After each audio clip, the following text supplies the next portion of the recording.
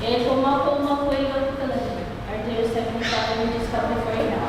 We just thank you for this time that we're able to gather here and extend it all. We lift up this time to you and we pray that the words that come out of us will reflect our Poamoho who are no longer here, that their spirit is imbued in each and every one of us, and that you may open the eyes of those who need to see, and they can hear our hearts. We ask all these blessings. We pray for those who are still coming here to the meeting, those who wasn't able to be here. We just pray for traveling mercies to and from our destinations. We ask all these things in the name of your Son, Jesus Christ.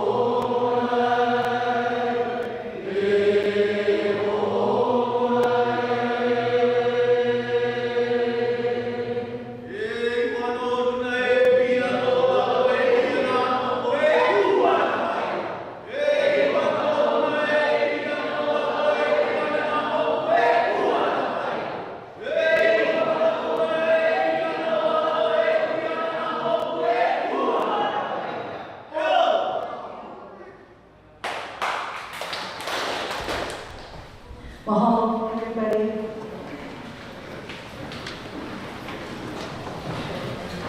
Okay, we're going to have a brief opening from Poamoho, and then the microphone is right in the middle, so this really is about your time. This is our third night, as everybody knows, so just a couple of things. 2 minutes, but if you've been here the last 2 nights, we realize that you're not a stickler for the 2 minutes. We want people to say their piece. I would encourage you, if you have had an opportunity to testify in one of the last 2 nights, maybe just let somebody who's not had an opportunity to go first. We've had people who were waiting and have not had an opportunity to testify, and we really would like everybody to have an opportunity to testify at least once. I got signs tonight, so there will be less bells. You will have this at the 30-second mark, and then you will hear the buzzer, and then I will have a sign that says "Pow" at the 2-minute mark. Okay, Colonel.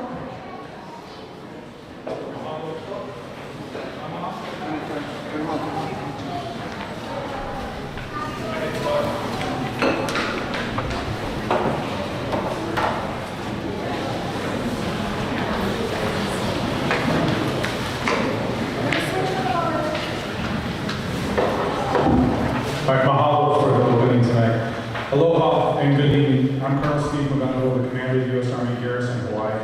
I'm responsible for the U.S. Army installations here on Oahu and Hawaii Island. I would also like to take a quick moment to introduce sitting to my left Colonel Rachel Sullivan. My time, unfortunately, is the commander. I'm proud to serve the community and serve the Army, but my time is coming to a close. So Colonel Sullivan will be my replacement, and it's important for us both to be here tonight to hear the community. Thank you for all being here tonight. Tonight's meeting is about hearing your comments on the Army training land retention of state lands at Kahuku training area, Poamoho training area, and Mākua military reservation. draft environmental impact statement. This document was developed in accordance with the National Environmental Policy Act and the Hawaii Environmental Policy Act, and we are following both NEPA and HEPA processes as we complete this environmental impact statement. The Army currently leases 6,322 acres of state land on Oahu, of which 4,390 acres are at Poamoho. These leases expire in August 2021. The proposed action, the Army's retention of up to 6,322 acres at Kahuku, Poamoho, and Mākua is a real estate transaction that allows for the continuation of military activities to include training as well as conservation management of the cultural and natural resources that we have the privilege of caring for and protecting. The Army is not proposing new construction or changes in military training or draft EIS. If the Army does retain the lands where the motocross track is located in Kahuku, the Army will ensure that the motocross track continues to be used and available for the community.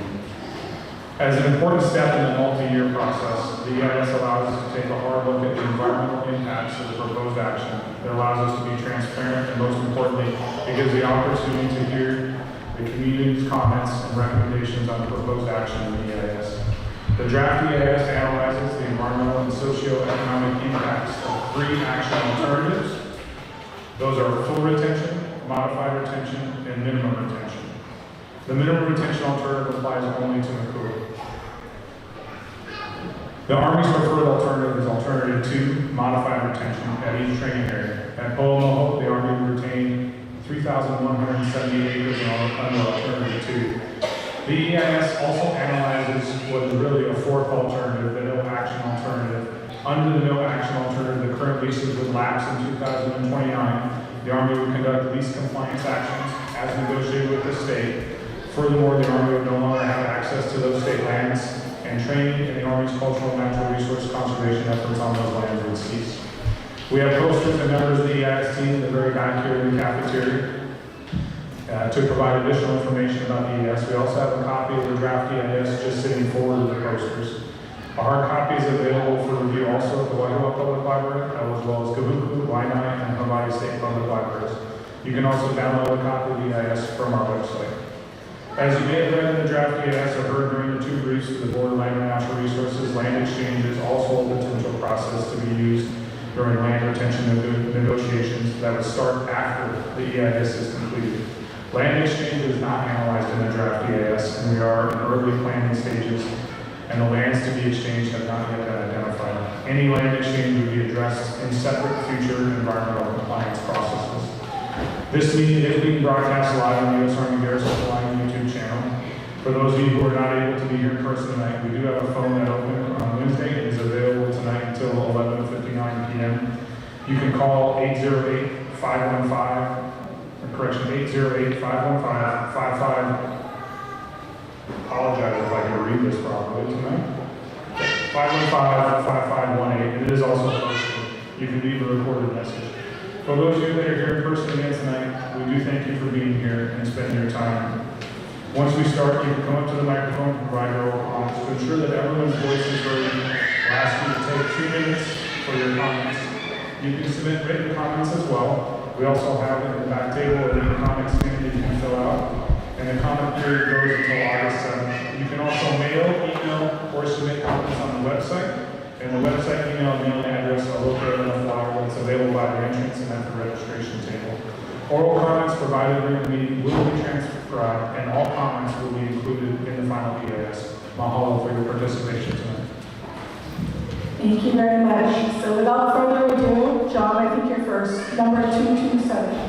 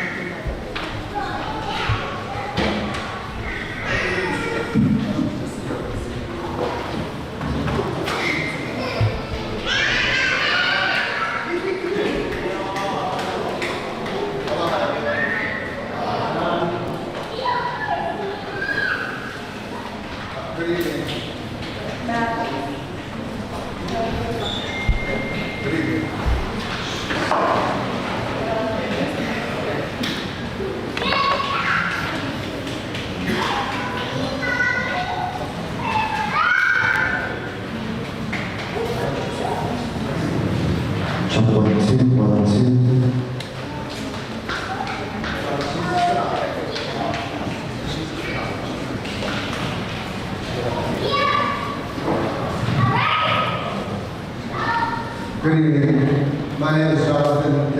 Mokupuni. I'm a professor of Hawaiian Studies and Dean of the Leilehua School of Hawaiian College at the University of Hawaii. I'm speaking in angry opposition to the Department of Defense's intention to secure an extension of leases for 6,330 acres of land on Oahu. The armed services of the United States have had pretty much unrestricted access to more than 1.8 million acres of Crown and government lands since 1898, as well as the use of the Pu'uloa for its coaling station, dry dock, and eventual housing of the U.S. Pacific Fleet since 1888. The great expansion of U.S. control came as a result of U.S. forces aiding and abetting the coup d'etat staged by about 175, mostly American businessmen and plantation owners, that forced the constitutional sovereign Leilehua to surrender to the United States in order to avoid killing American soldiers. Her action no doubt spared both your soldiers' lives and the lives of tens of thousands of our own people. But it also reflected her hope that the American government would not abandon its commitment to democracy and would honor its numerous treaties of friendship and commerce with the kingdom. Instead, the U.S., unable to convince its own Senate to pass an actual annexation treaty, settled on a joint resolution in both houses, accepting the transfer of the puppet government it had helped create, as well as the crown and government lands of the Hawaiian Kingdom. Let us be clear that the colonization of our nation was opposed in writing by practically every native Hawaiian alive in 1897.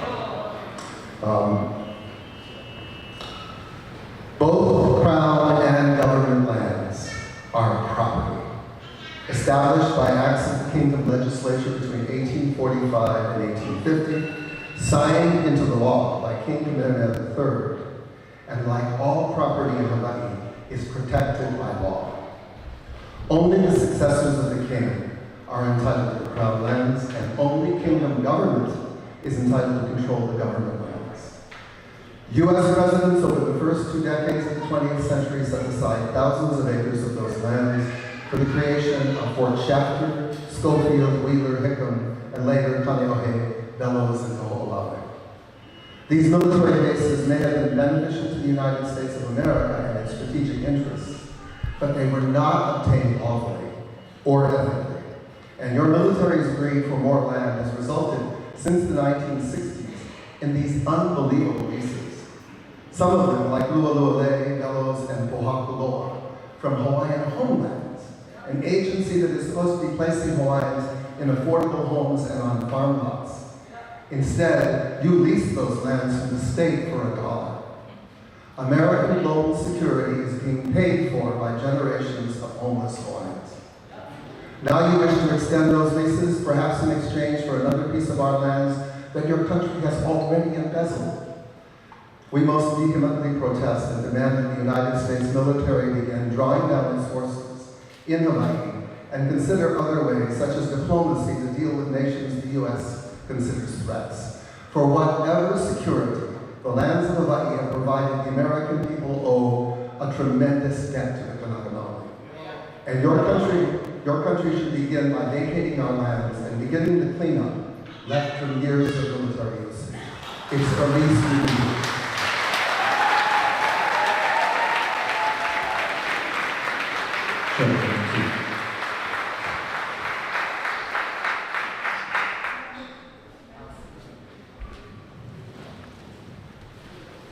Number 228.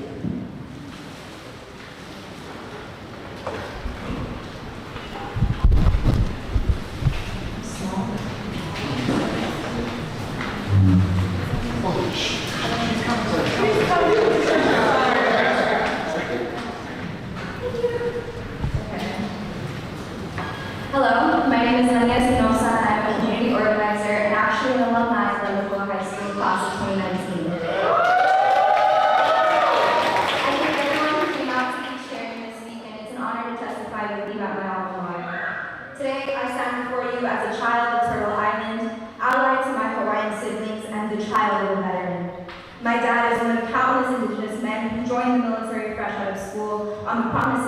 security and stability, my dad spent 20 years contributing to the displacement and exploitation of his and his siblings' lands.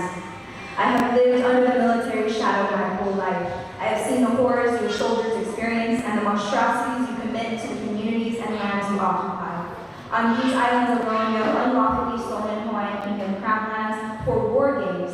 Your soldiers take housing away from local community, and your actions deplete natural resources, directly harming endangered native species and polluting our airs and seas, lest we forget the 19,000 gallons of fuel that poisoned countless local residents only years ago. For generations, you have tried to remove Hawaiians from these islands through violence, pollution, and displacement. I can stand here and use logic, morality, and even religion to argue with you why the renewal of these leases is wrong. From the poisoning of Hawaiians to the destruction of sacred and cultural sites, you use these lands to train. And for what? To train this battle that you created for yourself? I was told for years that my dad was protecting us, but the only thing he did was protect you from, but the only thing he did was protect your colonial violence. We have heard countless reasons why you should not be on these lands, along with your claims of environmental consciousness, need for protection and the like, which are nothing more than weak attempts to shield yourselves from the crimes you commit. We are tired of playing by the rules of your rigged game. We are tired of watching our lands be destroyed and our children killed and displaced at your will. We will not allow for the continuation of military occupation in Hawaii. The leases must end, but no action alternative is the only option. This is not America. This will never be America. From Turtle Island to Hawaii, get out.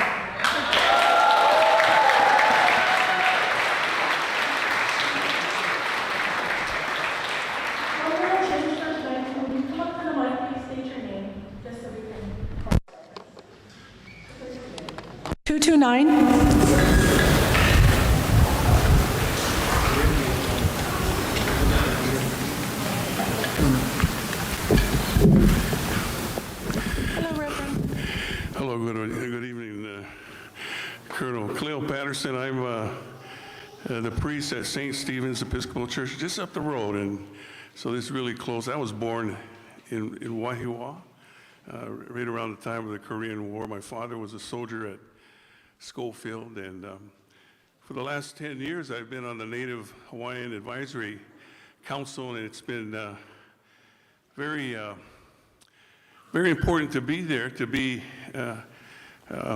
able to review and to see the projects and the proposals related to military training and so on and so forth, and all the things that the Army, at least the areas that we're talking about, and that's been a good experience.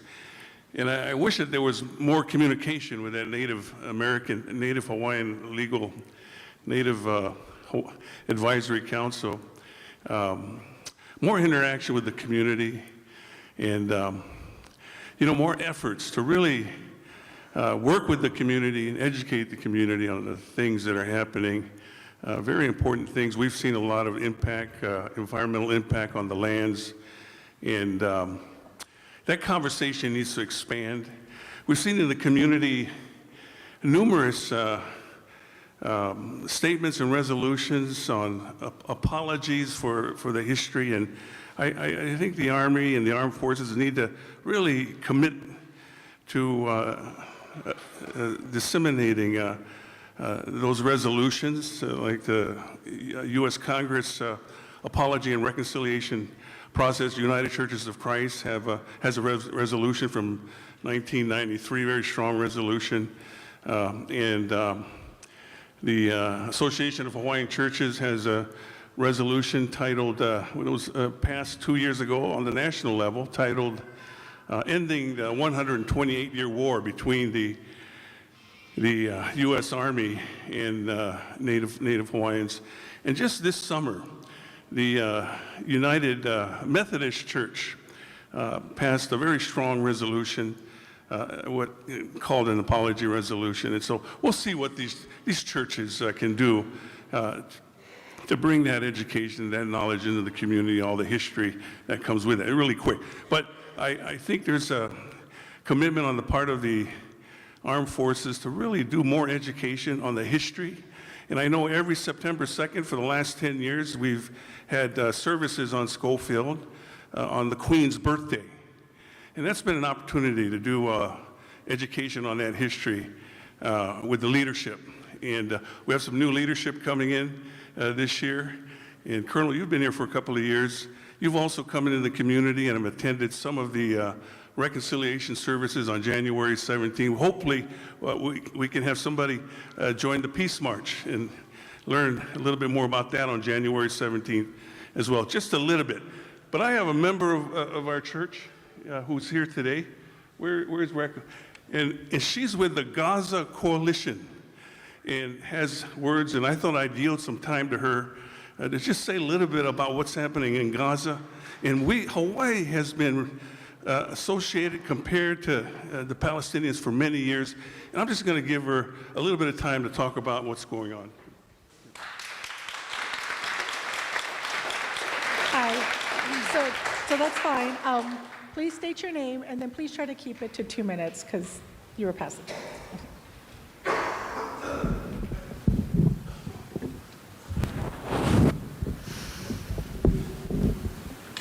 Good evening, everyone, and aloha. I'm Raquel Reynolds. I'm a Kanaka Maoli, and I am of Kanaka Maoli ancestry and a supporting member of the Palestinian Coalition of Hawaii. It's an entity of collective organizations and individuals that are working towards a common goal to end colonization globally. I am a resident of Wahiawa, and I lived in Wahiawa most of my entire life. I moved here since my freshman year of high school, and I graduated from Leilehua in 2006. Unfortunately, most of my memories of high school are not of laughter or cheerful moments with my peers, but occasionally sitting in a darkened classroom due to the power outages and hearing bombs being tested, probably in the forestry area behind the school. I remember how buildings tremble and portables shook. These are from bombs that are being tested by the US military in preparation for wars such as the current ones we are witnessing in Gaza. The US has sent $25 billion of it. This includes $3.8 billion annually from the Obama administration to Israel. And these are taxpayers' money that could have gone to our ailing communities like Lahaina, yet is going towards aiding settler colonies and displacing indigenous Palestinians from their homelands. While lands are being occupied and training exercises are being conducted, it leaves a harmful impression on our lands and imposes a threat to the indigenous communities. These military exercises contribute to the extinction of native species that cannot be found elsewhere and prohibiting indigenous populations from being able to access their own resources and or practice from their ancestral lands. Today would have been my late grandfather's 91st birthday, but my family and I wouldn't have known if he would have lived to live a glorious age, because he passed from leukemia when my mother and her siblings were children. My grandfather was a part of Operation Wigwam, which remained classified for 20 years. It was a single underwater nuclear test that depth charged a bomb 600 meters deep to determine the vulnerability of submarines to its nuclear explosions. The Centers for Investigation report found that nearly 40% of the interviewed Operation Wigwam veterans recall having no radiation detection badges during the nuclear tests. This was 30 kilotons, more than twice the size of Hiroshima's atomic weapon. Despite the Navy's contention that no servicemen were closer than 5 miles to the blast, the logs of my grandfather's ship showed that it was being well under a mile from the bomb detonation site. I'm sorry, I do need you to wrap it up, please. I'm sorry? I need you to wrap it up, please. Yes, I'm almost done. Many were informed that they had participated in a nuclear test until several weeks Operation Wigwam was over. My grandfather's death was not only the blame on this operation, but Joan McCarthy shared that moments before her husband's death, after the detonation, for as far as the eyes could see, that the ocean was covered with dead marine life. She had expressed this at a President's Advisory Committee in 1995, and also stated that Operation Wigwam was a human radiation experiment that caused the death of her husband.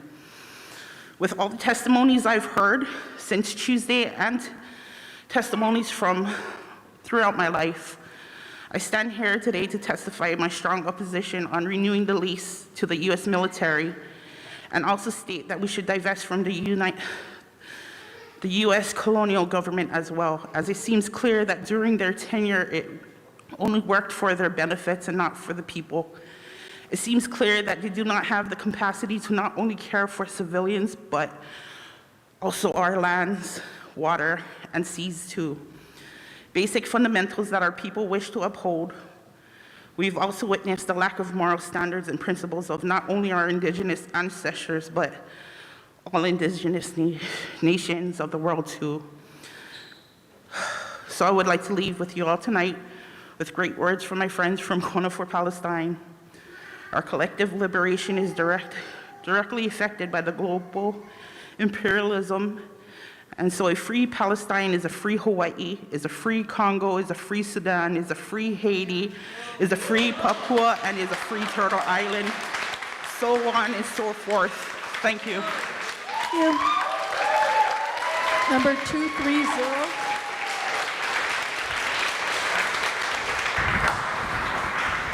Jamaica, is that you? Okay. He's wiping it.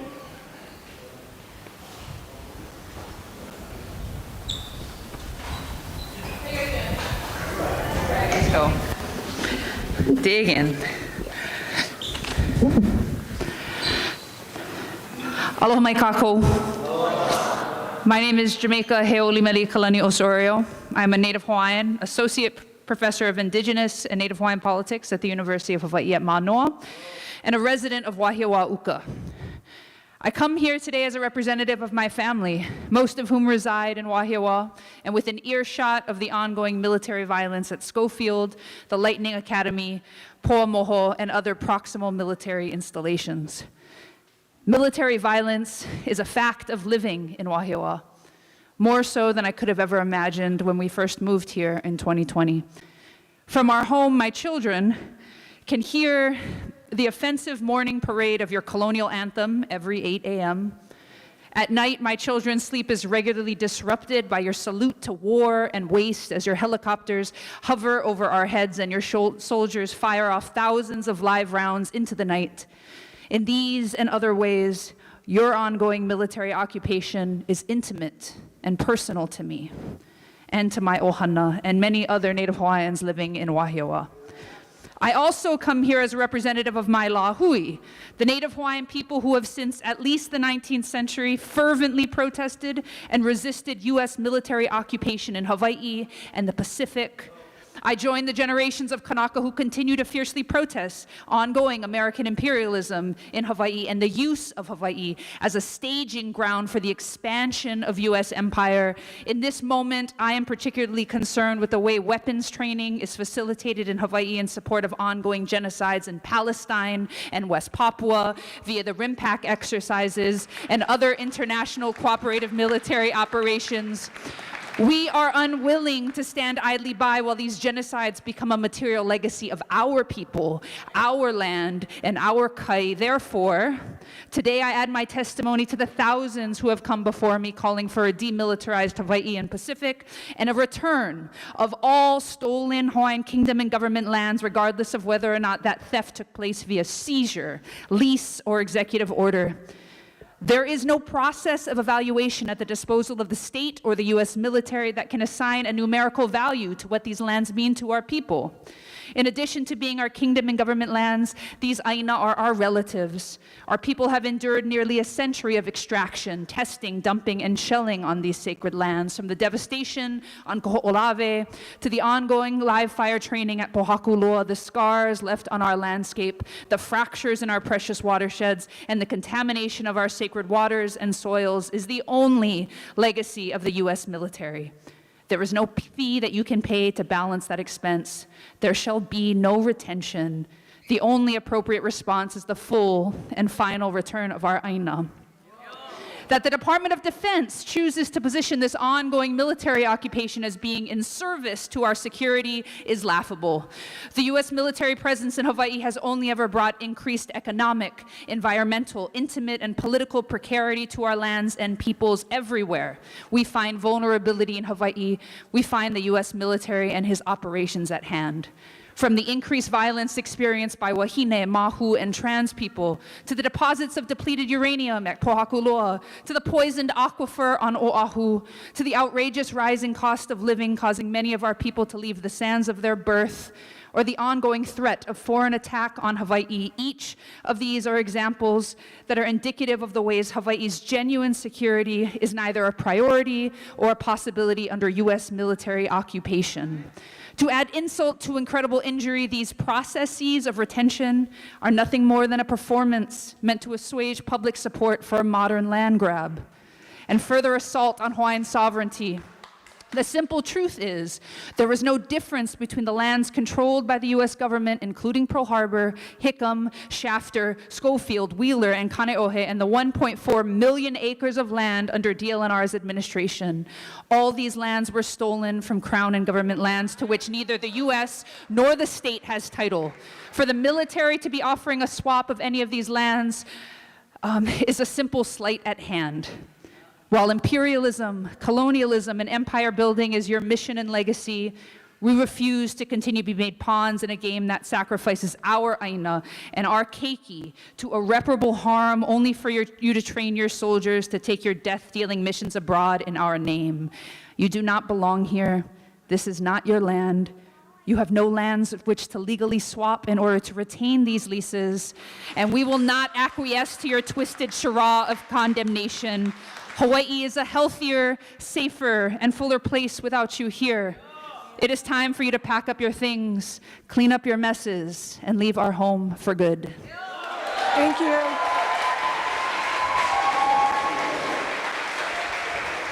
$231. What, 231? She was Jamaica, you were 230, right? Okay, sorry. Sorry.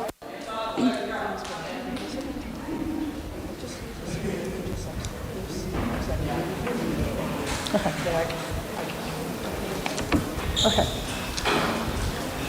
Sorry, so Jamaica was 234, and then Llewellyn's gonna be 230. Okay. My name is Luella Leonardi. I live on Hawaiian Homestead. I also grew up on Hawaiian Homestead in Waimanalo. I am now presently living in Waianae Valley on Homestead. The first thing I want to talk about is my grandfather, Orlando Ald. Back in 1951, he was on Inuita. He called home to my grandmother and was very, very angry. What he was angry about is he was witnessing some of the 64 nuclear bombs that was being done there. So he called home to my grandmother and he asked my grandmother if anybody's pregnant. And my grandma said yes too. And he asked my grandmother to name 2 children, one Marshall, which is my brother, and the other one Kwajalein, so that we never ever forget about nuclear war. The second thing that I want to talk about is I want to bring up George Helm. I want to bring him up because when he passed, when we lost him, it was 1976, I believe. And for two years thereafter, those of us who were concerned at that time about George Helm, we finally made it to Kaho'olawi on Public Law 95341, and that was the freedom of religion for Alaskan Natives, Native Hawaiians, and Native Americans. So here I am. I'm walking across Sorry, I saw the 30 seconds. I'm walking across, going to Ko'olawi. We landed at Honokanainai. We also took a trip to Ke'alaikahiki. From Honokanainai, and we walked, there was just 5 of us, walked across Ko'olawi. We also made it to the middle part of Ko'olawi to Pu'umaiwi. After Pu'umaiwi, we all went to Hakiawava. I turned around and walked back to Honokanainai into the arms of Uncle Mitchell. What I wanted to say here is, actually there's a lot that I want to say. Can you summarize, please?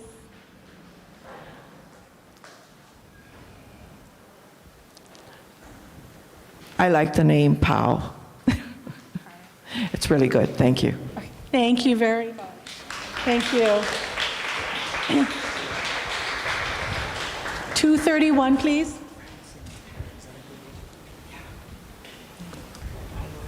Number 231. Is that you coming up? I see you waving. Okay.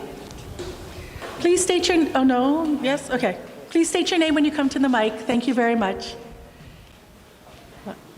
Aloha. O Kiana Rose ku'aloha dulang ko'uinoa no kapale maiau no keokaha ko'u Mākua Khan is Ohana. That's where my dad's family is from. Also from the Philippines. My mom is from the Philippines.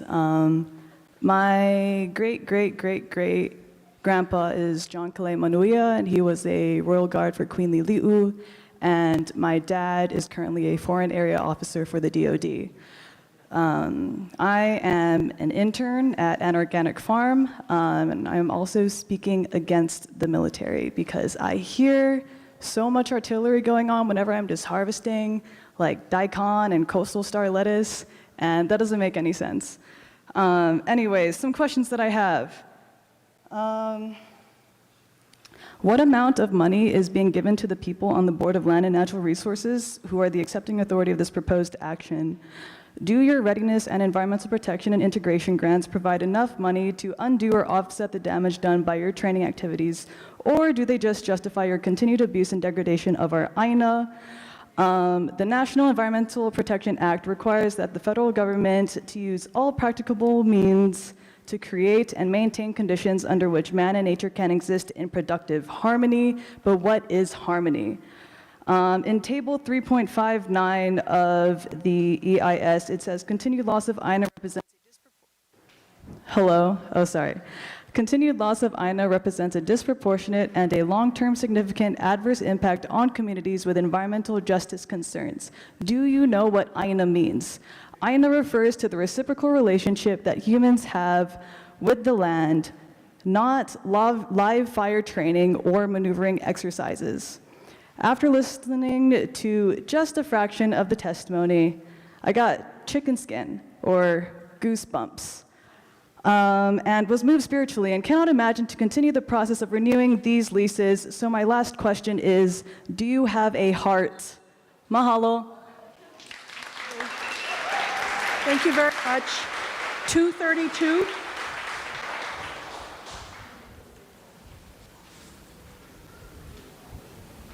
Please state your name. Aloha kako, magandang gabi sa inyong lahat. My name is Kathleen Corpus, and I am a settler from the Philippines, grew up in Kalihi, and I am here to oppose the U.S. Army's retention of all state lands in Kahuku, Kawailoa, and Mākua on the island of Oahu. I'm a proud graduate of UH Manoa in American Studies and Political Science program, deepening my understanding of how my Filipino identity intertwined with Hawaii's history. In Hawaii, we have a legacy of survivance where Filipinos, Kanaka Maoli, and Pacific Islanders embrace our cultures, identities, and traditional practices. We refuse to pledge allegiance to a nation and hegemonic institutions that render our ethnic identities obsolete. Your request to use these lands is unacceptable because of your poor record in being the stewards of this land. There's a saying that the health of the land is the health of the people, yet you've destroyed the aquifer in Kaho'olawe, deprived residents of clean water at Red Hill. Your military activities, including incessant gunfire, noisy helicopters, and environmental pollutants like falling ashes, severely impact the well-being of our people who reside here. Again, we refuse to support the U.S. Army training on these lands. History showed that your training activities often serve to perpetrate U.S. imperialist agendas worldwide. You're training soldiers who contribute to conflicts and commit genocide in places like Palestine and Sudan. Let me point this out. Our community holds a solution. We are capable of stewarding these lands and practicing aloha aina.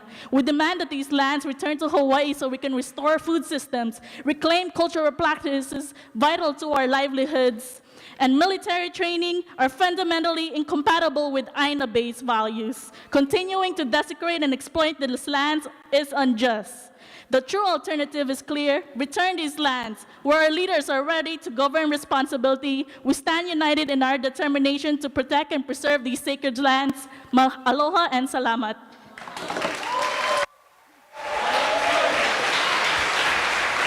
$233.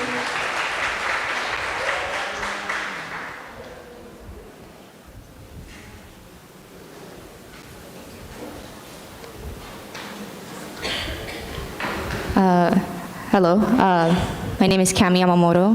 I have lived in Wahiawa my entire life. I'm fourth generation here. My mom's right over there. And I just want to talk about just my personal experiences, why I've come to distrust the U.S. military. I don't believe anything you guys say and promise. And why we don't need the U.S. here, in Hawaii, in the Philippines, anywhere else in the world. After I joined Filipino grassroots organizations a few years ago, I learned that the 25th Infantry Division, which is housed in Schofield, trains and deploys military personnel to train the armed forces of the Philippines.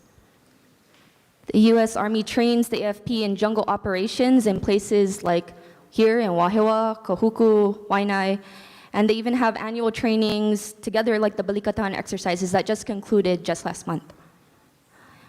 It's armies like the AFP that are trained in counterinsurgency tactics to target, harass, and kill peasant farmers, workers, and other human rights advocates, some of the people I know. The brutality of the AFP is well known. Earlier this year, the International People's Tribunal ruled the Biden, Duterte, and Marcos administration as guilty of gross human rights violations. And I encourage you, the US military, to listen to the trial, to hear the stories of survivors who were kidnapped in broad daylight, or the loved ones of organizers who were tortured, murdered, and paraded as trophies, and remind yourselves that it's you guys who trained them to do that. Just like they're doing in Palestine. These trainings are supposedly in the name of protecting democracy, promoting peace, safekeeping the Indo-Pacific. The list goes on and on. But like Hawaii, the Philippines is nothing but a pawn in the US war games, and it's the people who suffer. Whether it's here in Hawaii, the Philippines, or in Palestine, these people may be terrorists to you, but to me, our kasamas in the Philippines, people here in Hawaii, these are the very people that inspire us to continue to organize ourselves and to dream of a better society for our future. The military does nothing except exploit people and natural resources. We don't need the renewal of the military leases here in Hawaii. We don't need the US military bases in the Philippines, and we don't need them anywhere else in the world. We say US out of Hawaii, US out of the Philippines, and everywhere else. Thank you very much. Thank you. So I think Jamaica was 234, so she already went, so 235. I just want to check, you're 235? Perfect, thank you. Please state your name. Mahalo, mahalo. Aloha, everybody. I oppose the lease extensions. It is time to heal the land. to heal the Aina. Look back to Haloa. What is the opposite of Haloa? Ha'iki. Ha'iki is short breath. And Haloa was actually a man and the kalo.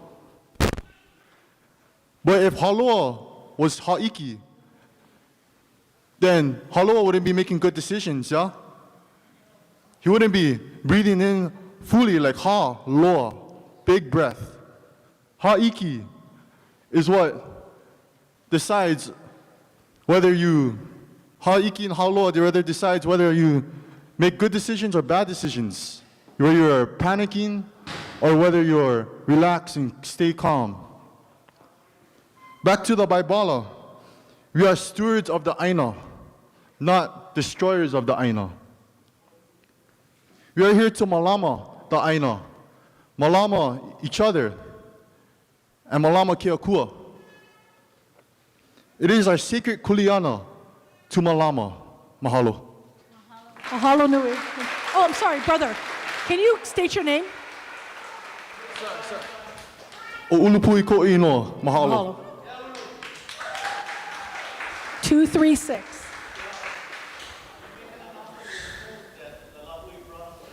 We brought food too. There's food in the back. Coco Oho would like me to let you know. There's food in the back. There's food in the back. Okay. And Matt and I brought Tanya's for you guys. So there's pie. Okay. Aloha kako, wahiawa. My name is Kyle Kajihiro from Mo'ili'ili. Tonight I want to talk about the process, flaws with the process. And in order to meaningfully participate in this EIS process, we need access to information, we need transparency, and there's some critical information that we haven't been able to get. So in 2017, I submitted a FOIA request for the final Traditional Cultural Places Study ethnographic report for Mākua. I think this report is relevant to assessing whether Mākua is eligible as a traditional cultural properties site.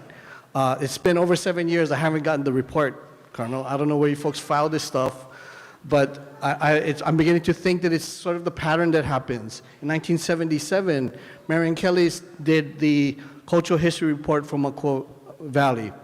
And because the findings were critical of the Army's use of the valley, that report was suppressed for over 30 years. In 2006, during the Stryker Brigade expansion, OHA sued the Army for violating Section 106 of the National Historic Preservation Act for failing to conduct adequate archaeological surveys of the sites. So as a settlement, they agreed to allow a limited survey of sites in Leilehua, Schofield, Kahuku, and Pohakuloa. Chris Monahan led that study. It was completed in 2009. But the report was never released. The report recommended that these many sites were eligible for National Register of Historic Places, and possibly it should be evaluated for inclusion as traditional cultural properties. So what happened to that report? I submitted it along with my comments on the scoping process and the cultural impact assessment, but I don't see it cited in the report, and I don't see the documents available to the public. And so there are other documents cited in the report that I would like to be made available. You cite the Army Range Complex Master Plan, 2022. Please make that available on the website. You also cite the analysis of alternative study, but there's no citation listed in the bibliography, and I think that that's very relevant for us to understand how you're looking at these sites. There's a moratorium on major land acquisitions for the DoD, and so you had to request a waiver, which was submitted in 2017. It's listed in the citations, but I've requested it through FOIA, and I have not gotten it over several years now. I requested it on the Pohakuloa EIS. And also the major land acquisition waiver, which was granted in 2018, but again, I have not received that document. So please post those on the website, because this is all relevant and necessary for us to understand what your plans are. And so the fact that they haven't been released and made available makes me wonder whether you have some cards up your sleeve that you're hiding from us, because if we understood what was really going on, we would be able to raise our voices to it. So please make those information available. Thank you. Thank you very much, Dr. Kajihiro. Number 237.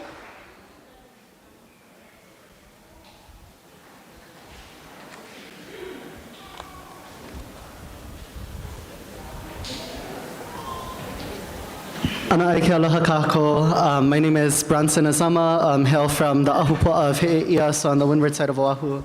The thing I'd like to share is, when it comes to take us back to a time in 1849, when there was a relationship that was made and a treaty signed between agents of the United States and Kauikeaʻuli and his heirs and successors. That was supposed to be a beginning of a relationship that was acknowledged as a treaty of friendship.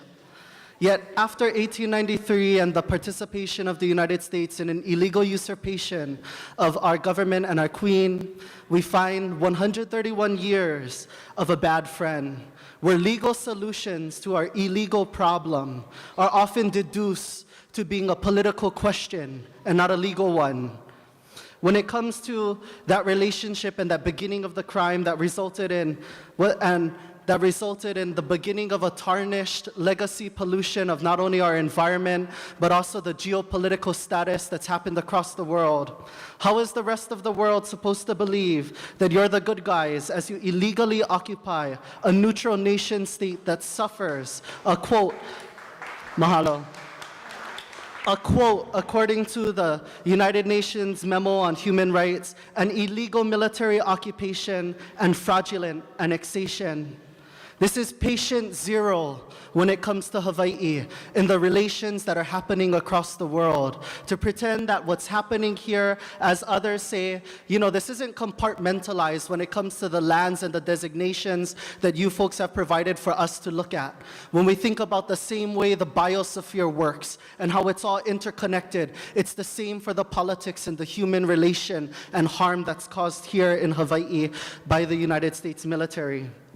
One of the things that I'd like to bring up in acknowledging that my time's a little bit short is, as others have shared about this notion that Hawaii is supposed to be a space of healing. We're taught, and I was taught by Mokupuni, that peace is not the absence of war, but rather the fulfillment of harmony. And what peace has been brought as a result of your occupation, not only to here in Hawaii, but also across the world. It's gotten worse. So we need something better. I ain't gonna experience another 50 years of this bullshit, to be quite frank, when we think about the turmoil that's happening across the planet. I would say it's time to return a Switzerland of the Pacific again. We're tired of all of this turmoil between these global superpowers when it's time to elevate a blue consciousness. This is a blue planet. When it comes to the harm that the United States and other colonial powers are causing here in Hawaii and the ocean, we must remember that the Pacific is a third of the world's surface. The US and the attempts that it's making to steal our lands in the remote Pacific Islands through conservation, that's the biggest lie, that the United States is the best to conserve our resources. Thank you, I'll wrap up. So when it's time for our future, the time and the opportunity is now. When it comes to the things that my elders taught me, it's that you have to clean your house first before you go into others. And when I look at the house that's happening on the continent, where geopolitical relationships and not to mention its own domestic problems are seemingly risky by political speeches made every 4 years, I think there's an opportunity and there's a need for the return of self-determination by the people of this place. In the words of Uncle Hank Fergestrom, which I'll close on, show us the treaty, because we're not going to pretend that these processes, mahalo, because we're not going to pretend that these processes are supposed to be legal. As others have said, it's a seemingly charade, but I still believe there's an opportunity for people to do good things, and I hope that you folks can do the right thing and that we free Hawaii. Mahalo. Mahalo nui. Number 238. 238. No one? Very well. Is that you? Okay. Please state your name. Thank you. Hello, my name is Micah Benovitz, past president of the Waiwa Community Business Association and current board member. We have represented the Waiwa community and the businesses that are the neighbors of Schofield for almost 90 years. This community and the military have strong ties. For example, the Waiwa swimming pool is the first swimming pool in Hawaii that was public, that the U.S. Corps of Engineers assisted in building 75 years ago today. The World War II veterans funded the pool in appreciation for the support of the Waiwa community when they served overseas. There are 21 names at the pool of those killed in action from Waihua. A majority graduated from this school who gave their lives a sacrifice for freedom. About 30% of the students that attend this very school have parents in the military. When the 25th ID was deployed in the early 2000s, I remember Waiwa turned into a ghost town and many businesses struggled.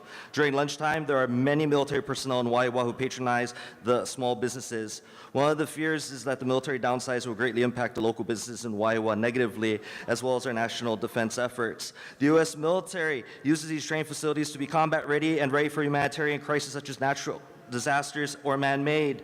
The current global geopolitics is also worrisome with the aggression of authoritarian regimes such as Russia invading Ukraine, Iran using proxies in the Middle East, North Korea escalating by providing weapons to Russia and increasing their nuclear capabilities. Our country is facing dire challenges. Further complicating in this quandary faces by communities in the Indo-Pacific with the expansion of the PRC to the Spratly Islands encroaching upon Vietnam and the Philippines, and other parts of the Pacific, including its rattle-sabering over the Straits of Taiwan. In addition, the PRC is extending its tentacles in the South Pacific, with Tonga deeply in debt with the PRC and forging closer relations with the Solomon Islands. Last year, the Solomon Islands blocked port visits to U.S. naval ships. There are parallels with the current events of aggression authoritarian regimes to the 1930s of fascism, which led to World War II. Democracies today are being threatened both in Europe and in Indo-Pacific. The war in Ukraine is escalating with transnational soldiers fighting on both sides. Currently, the PRC is training in Belarus with the Russian military. Last year, the South African military participated in a 10-day joint day military exercise with Russia and the PRC along the South African East Coast.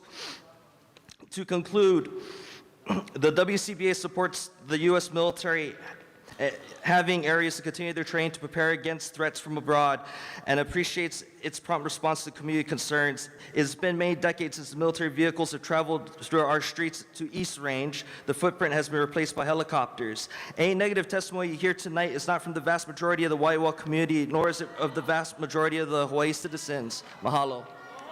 Okay, thank you.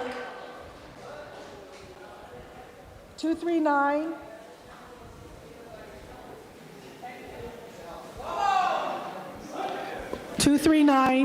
Oh, okay. Oh, sorry. Go ahead, Malik. All right.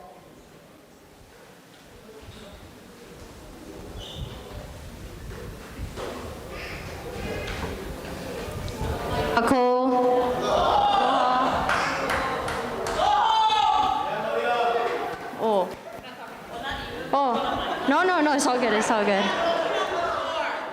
Ayo. I don't have written testimony prepared, but Heoli signed me up because we have to testify these days. I joked on the way here saying, isn't this a great family outing? When in fact it's not. It's raining right now, and I want to ask, do you know the name of this rain? Her name is Kuahine. Can we all say Kuahine? Her more harder sister is Ula Ula. The winds that come and bless these lands, that come and give us this beautiful, nice Olu Olu AC, comes from Mount Ka'ala. And in that way, we are connected to Waianae, right? Her name is Waikoloa. And I want you to know these names because these are inoa that are important to our aina. The inoa that bless our lands, the ua, the makani. They have stories. They have personalities. They have ike. They have stance. And they were here and they will be here before any of us and after any of us. I put my kids to sleep every night. And on some nights, my kids, they rattle in their sleep because they hear your live army training. They hear your bullets going off, your bombs going off. On the way home, my daughter, Kalewo, he asks, Mommy, what's that in the distance? There's a plume of smoke happening. I tell her that the military is bombing the lands. And I want to ask you, how can you wake up every day thinking that you are doing something great? This is the biggest military discount I have ever seen, $1 a year. Kama'aina will never get discount like that. Not for an aina. And you guys go to sleep every night thinking, I'm a hero, and I should get military discount wherever I go. Aware. Okay, Lahui, I want you to be quiet for this one. Sir and ma'am, what are the names of the rain? Without looking at your notes, what are the names of the rain? Away.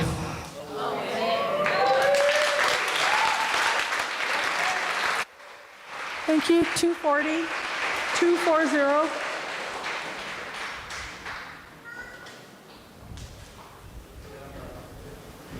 Aloha kākou. My name is Kaulana Ing. I am a resident of Wahiawa. I live up in Wahiawa Uka at the top of California Ave near the Lightning Academy. And I really love this town. My wife's ohana has been here for many generations. I'm lucky enough to have just moved here a few years ago.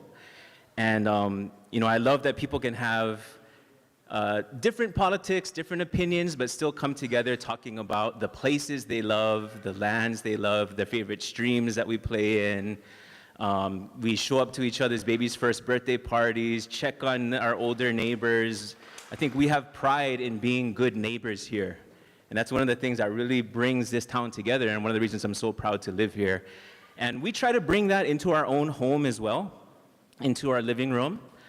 You know, I'll share a story that just a few months ago, my daughter, Ilima Makalai, was taking her first steps. You know, it was her first time walking, so if you can imagine, she is, you know, dawdling around, looking down at her feet. She looks up at us, and she has the biggest smile on her face, right? Just pure stoke. It's a new experience, and she's loving it. And then imagine that face turns into pure terror because our entire house is shaking because a helicopter is flying directly over our home at 8 p.m., and that's another first experience for her, the first experience of terror. This is a reality of living here in Wahiawa. That day she learned that she has people around her protecting her who will share joy with her, and also that at any given moment, she is subject to terror. That the soundtrack of her childhood will be machine guns at 10:30 p.m., waking her up at night, will be mortar rounds echoing through our valley, will be people zooming up to get to their exercises on time, just barely missing us as we walk around our street. And let me share with you one more story. So this was about a year ago, actually just before my baby was born, actually just a few days before, we were, my wife was having contractions, right? And we're an older couple, we need to get to the hospital on time.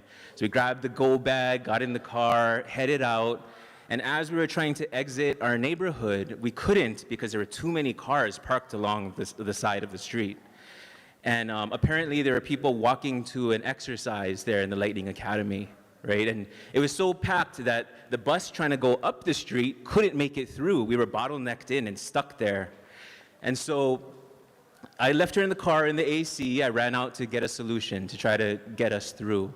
There's a lot of people in uniform. So the first person in uniform I asked, hey, can you help us get through? We can't get through. My wife's may be in labor. We're trying to get to the hospital. He said, no, sorry. I need to get to this ceremony. I need to get there. I'm late already. Sorry. Then I asked the next person in uniform. I said, can you help us? Can you help us here? He said, no, sorry. We have a right to be here. We have a right to park here because we're having a ceremony, a graduation ceremony over there. The third uniform person I asked, he said, why are you raising your voice at me? Why are you raising your voice at me? This isn't my fault. This is someone else's fault. You need to talk to someone else. He went along and joined the rest of his friends at the ceremony. So it wasn't until all of my neighbors got out of their cars, walked out of their homes to back me up because they could tell I was in distress, that we were finally able to get an officer to come down and command everyone to move their cars. Right? So this is a situation where the livelihood, the actual health and safety of my wife and my unborn child were put at risk because of an exercise of ego, in my opinion, that was happening in our neighborhood. So I just think that the military has not been good neighbors to the people in this community. And therefore, I can't trust that they would be good stewards of these lands here or elsewhere across the Pai'aina. So I argue for the deoccupation of all these lands across Hawaii. Mahalo. Thank you. 241.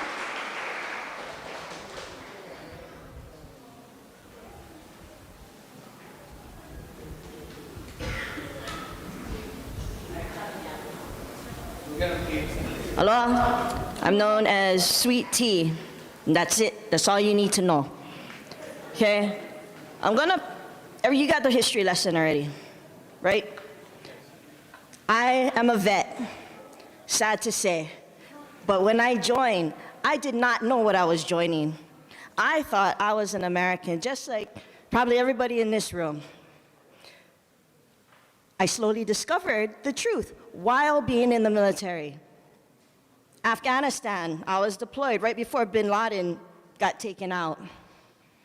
It was there that I'm sitting in a tower that I shouldn't have been in because I am a female and I had 2 Afghan males with me. Rocks started flying at this tower.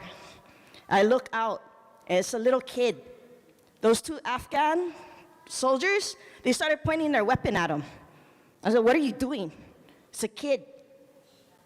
And he goes, "But he's on the outside." I go, "But he's still a kid, and he's still one of your people."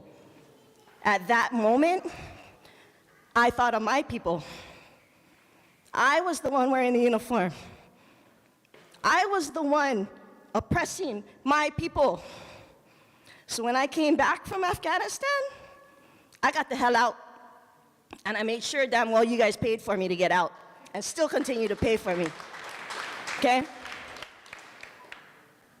Along my way, this time limit stuff can go away. You know why? Because your time is up. Your time is up. This is our time. 131 years we've been waiting to participate. We ain't participating anymore. No means no. Okay?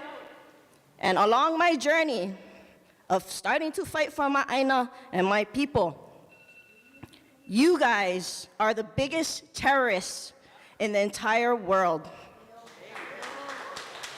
This rimpat crap, why do we need war? Why? World domination, ego, pride, money. Go build your own little freaking floating island somewhere in the Pacific and leave us alone. You guys don't get it. Like Brada was talking about getting blocked in his home because he couldn't get to the hospital because of all the military personnel. Let me tell you, and I know this is true because I wore that uniform. When I put that uniform on, before I knew better, I walked around proud. Yeah, oh look, everybody's looking at me, everybody's getting out of my way. You damn right, you better get out of my way. And I guarantee you that's how you feel every time you put that uniform on, and that's how everybody else in the military feels when they put that uniform on. They look down upon us. They think they can trample on us. Is that right? No, it's not. Another thing, you guys only listen to US law. What is your oath? What did you take? I uphold and defend the United States Constitution of both foreign and domestic, right? What is the law of the land of your US Constitution? Do you know? Do you know your law of the land? It's treaties. Treaties is the law of your land. But we have no treaty of annexation with the United States. Right? You can Google it, and it'll come up with joint resolution. A joint resolution is not the treaty of annexation. And that's basic law. I quit law school, or going to law school, because I don't need that. Because that's a US piece of paper. And let me tell you, we will play your game right now. Did you know about a notice that was sent to the Supreme Court of the United States back in March? It said all public actors, which include the military, must uphold and defend their oath to the United States Constitution, or they will be jailed and all property seized. Better go check that out because it was ruled 9-0 by your law. All of these verbal testimonies that we have given, consider that affidavits to the notice that was sent to SCOTUS. No means no. You guys need to get out. We don't need you. We don't want you. You were never invited in the first place.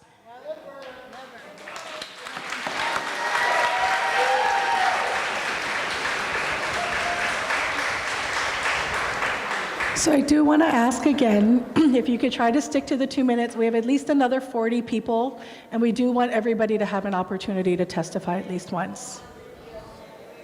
242?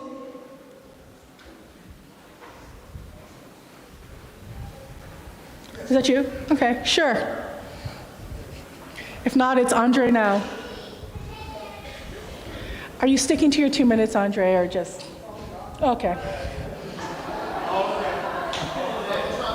Try your best. That's all I ask, Andre.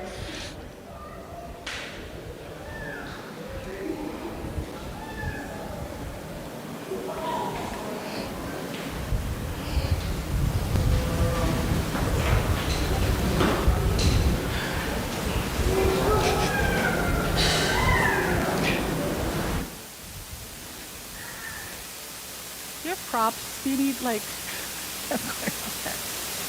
Okay.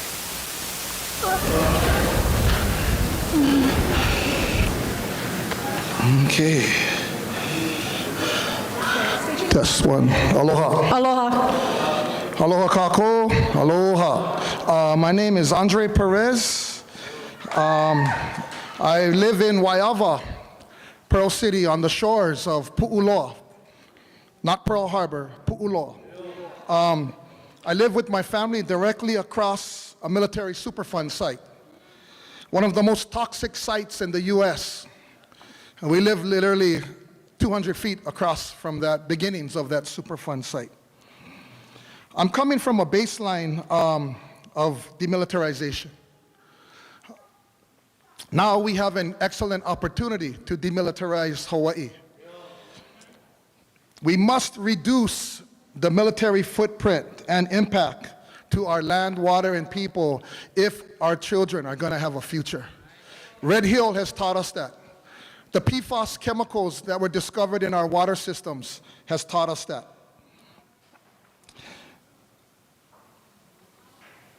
But I also know that the reality is that the US military is not going to pick up and leave Hawaii anytime soon.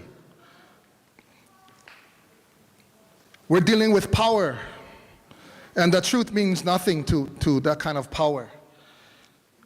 So I'm coming from a position of attainable, achievable demilitarization, which means reducing the military footprint and impact to Hawaii, our land, water, and people. To be clear, my politics, my personal politics, and my family, we are for total deoccupation, restoration of the Hawaiian Kingdom, independence and sovereignty. But I'm going to speak to this process, this occupied process. The military have been horrible stewards of our land, horrible neighbors, as we've all heard. The military has historically raped our land, water, and women. The land issues revolve around contamination, toxicity, Superfund sites. In 2022, the Army started one of the largest fires in Pohakuloa. Most people don't even know about that. 2022, late July, RIMPAC started a fire at Pohakuloa that burned approximately 30,000 acres, including 3,500 acres of sensitive critical habitat. That is military stewardship of our land. That's what it looks like. This is nothing new to us. Water. We all know the Red Hill story that has been an issue with outcry for decades. And only when the fuel came out in the faucets of military housing was there action taken. So we have this banner here up on the wall. This is my organization. The U.S. military cannot be trusted with our land and water. You have demonstrated that time and time again. I'm a vet. I served active duty for 8 years. I got out in 1996. I was stationed in Florida, Korea, and here at Wheeler Airfield. So I'm speaking from experience in the military and how the military operates as one of the worst contaminators in the world. Our people here in Hawaii, we're tired of your war noise. We're tired of gunfire training, whether live or simulated. We're tired of bombs and explosions in our community. We're tired of low-flying helicopters over our community. And I want to share some of that with you. If you give me a moment, and I'll wrap up, Kehau. Go ahead, Andre.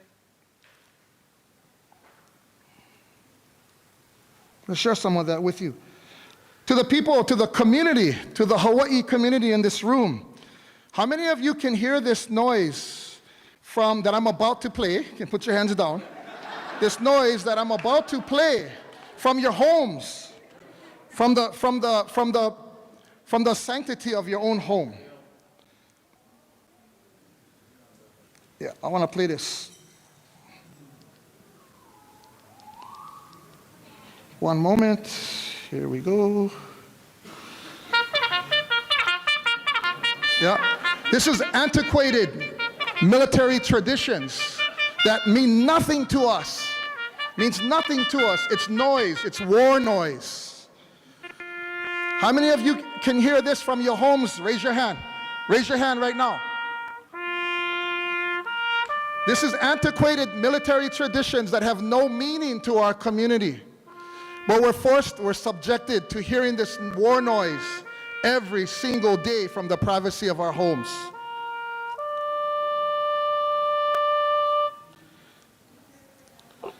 I want to ask how many people can, I'm going to play one more. Got it. Imagine you got to hear that. I'm going to play it one more time. If we got to hear it, you got to hear it. We don't want to hear that no more. We're over it. And you know what? This is something that you guys can fix. How many in the room can hear this from the privacy of your homes? Every day. I have dozens and dozens of video of low-flying military helicopters over my home where I live. Every single day. Every single day. How many of you can hear this from the privacy of your homes? This is what I hear from my home where I live. This is what many people hear. We're tired of your war noise in our community. We're tired of the impact of U.S. militarization, militarism, and occupation of our home. We're tired of it. We live next to this, Waimanalo. Ever been at Waimanalo at night? Bellows, marine training, amphibious training. This is what it sounds like in the second most dense population, Hawaiian population in the world. We have to hear your war noise, and we're tired of it. We're calling for the Board of Land and Natural Resources to reduce the military footprint, reduce the noise, reduce the impact to our community. And we're going to organize, and we're going to fight. This is just the beginning. You will see us on the streets. You will see us occupying the entrance to military bases. We are going to organize, and we are going to resist your occupation, your poor stewardship, your contamination of our land, water, and people. You will see us for the next 4 or 5 years. You will see us, because we're going to resist. We want a demilitarized Hawaii, and we want it now. Mahalo.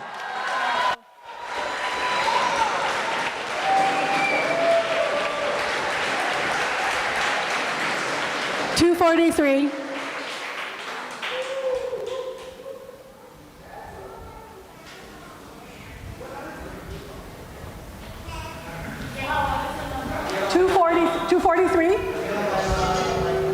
You're 243? Yep. I'm 243. Aloha nui. Who can follow that? Right on. Right on, Andre. Land back. Let's get a round of applause for that. Aloha nui. My name is Alessa Ainalani Nubo. I'm speaking to you from an indigenous perspective as an Oiwi of this land. This ongoing desecration needs to end, and I oppose the lease extensions. I grew up in Kula on Maui, and the childhood backdrop to growing up there was listening to the bombing of Kaho'olawe, listening to the military crack the water table and basically bomb that island until it was hard pan and it was bleeding and raining off into the ocean around it. So that was a hard reality to grow up with, and it's nothing compared to what the children of Palestine are going through. But the overarching values and themes that we carry with us as Hawaiians are about aloha aina. Everything that the military does to train on our lands goes against this concept, goes against loving the land, being good stewards to the land. The ongoing desecration and threat to the environment, the ocean, the land, our aina, the spring water, all the sources, all the organisms that live here with us. These organisms we also consider our kupuna and our ancestors. They have no voice in this. There's continued limited access to the public, namely the Kanaka Maoli, to access and cultivate and care for lands, especially Mākua Valley. What will the environmental impact be if these lands aren't rehabilitated, cleaned, and returned? The larger concern is the ongoing abuse and desecration of our land. The actions of the military have had dire impact on our people, our land, and the long-term implications, the health of the environment, the spiritual and psychological well-being of our people. At this point, it's about doing the right thing, and that's cleaning up and having minimal to zero presence, reducing your footprint. These state-owned lands that you leased for the last 65 years, ending in 2029, just a few more points that I wanted to bring up from the EIS. One of the things that I read was over the past 6 decades, the state-owned lands have been an important portion of the approximate 18,000 acres on Kahuku training area, Kawailoa Poamoho training area, KPT Mākua Military Reserve, and of the approximately 51,000 acres of Army training areas across Oahu. That's 51,000 acres. That's a lot of land. And there are a lot of us who don't have any land, no homes, and it's just not fair. It's not right anymore. And we're talking about 6,322 acres of leased state land. So this is directed not just to you, but to the BLNR and to our state, who we also have to hold accountable, not just to you. Thank you for your time. Aloha. Thank you very much. 244. Cami, are you 244? Go ahead.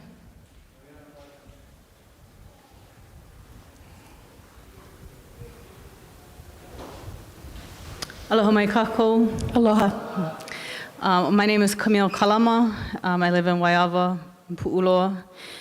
And I'm here today not because I think that my 2 minutes of testimony in my 40s as the first chance to speak on the retention of these lands, on the military's use of thousands of acres of our national lands is going to make a huge difference to you. I'm here because we have no choice. It's our kuleana as descendants of people who signed those ku'e petitions to oppose U.S. annexation. The great myth is that they failed. The truth is that they succeeded. There is no treaty.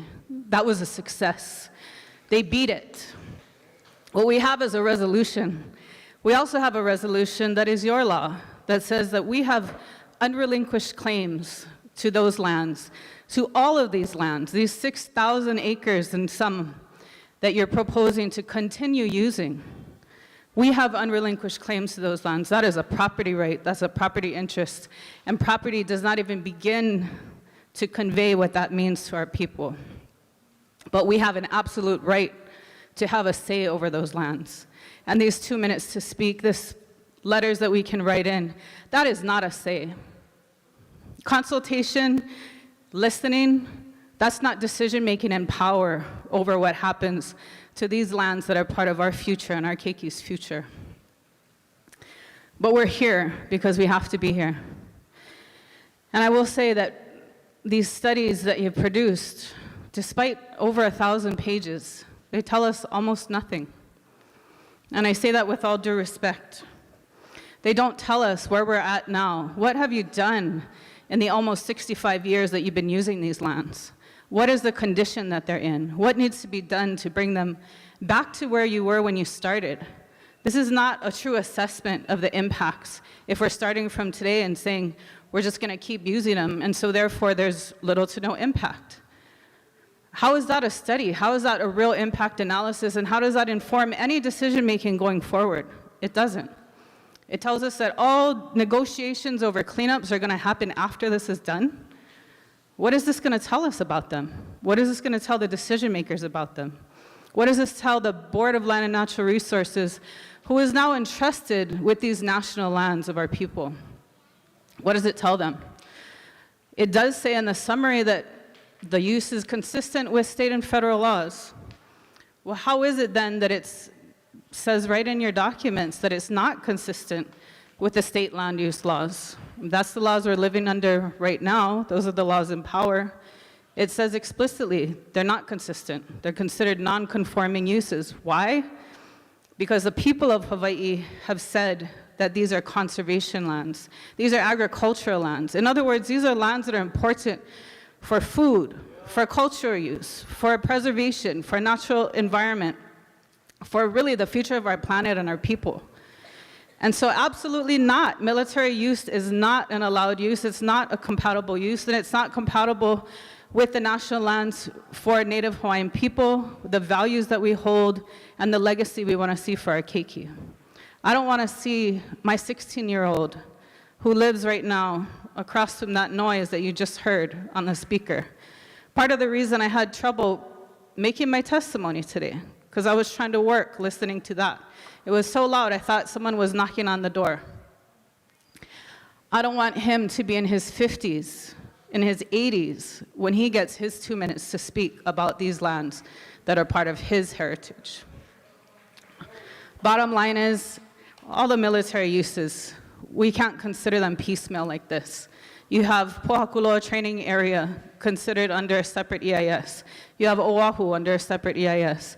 You have, I'm sure, Barking Sands is going to be under its own EIS process. Where is the study that assesses all the military impacts in Hawaii? Where is that? What do we know about that, and when are we going to have that? That's the problem. The bottom line is we want our lands back, and we want them now. Mahalo.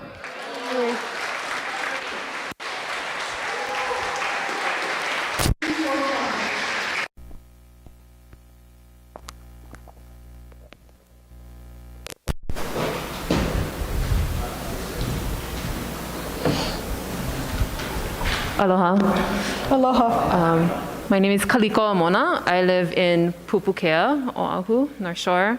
And I'm here tonight also in opposition to the Army's retention of the lands in discussion tonight and all lands in Hawaii. Speaking to the EIS, the no action alternative is the only acceptable alternative in the draft if we're going to talk in that kind of language. I'll be sending in written testimony, but just sharing a portion of my thoughts tonight and really getting back to like the theme of the last few testimonies on sound. Living in Pupukea, where my 3 kids were born, from little, like these babies, I've been subjected to that the sound of that gunfire, the explosions, the bombs, the war noise. These flights over our house, shaking our tiny little old cottage house, Quonset hut, shaking it. And having to, again, answer to my kids, that are much older than these little babies. Oh, what is that? That's the military doing their thing.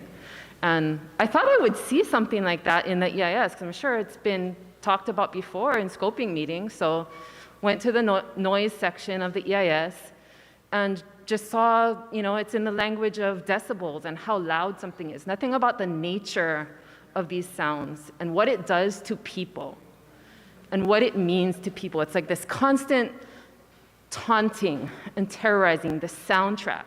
And also in the noise section, it talks about, we think it's likely that the bats and the birds, they habituate to these sounds. Like, not a problem. And as I was reading, like, oh, they probably think like we have habituated to these sounds as well, and not just to the sounds, but the presence entirely. So we have not habituated.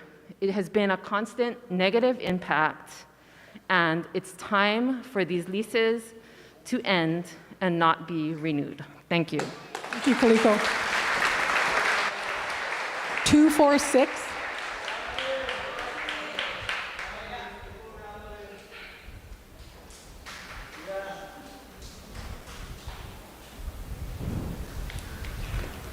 Aloha, my kako. Aloha. My name is Rihanna Lay, and I just wanted to come up here and let you guys know that we don't need the military here. A few months ago, it was career day for my school.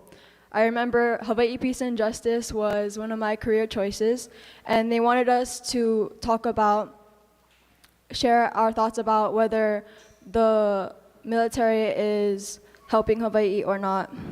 This topic really had me think about all the damage you guys have done and will continue to do if you guys stay here. All you guys do has destroyed our land, our people, and our culture. I want to know what goes through your guys' head when you think about us Kanaka. Why do you think it's okay to continue to destroy our home? You guys need to understand that this isn't America. We have our own culture and our own language. It's sad how rare it is to hear Hawaiian language being spoken in Hawaii. Our Kaipuni schools value the language and the practices of our kupuna. How do you think my kupuna will feel if we allow the people that overthrew our kingdom to stay and continue this heva? Here I am as a descendant of these kupuna to stop this. Mahalo. Thank you very much. 247. Oh, sorry. 247.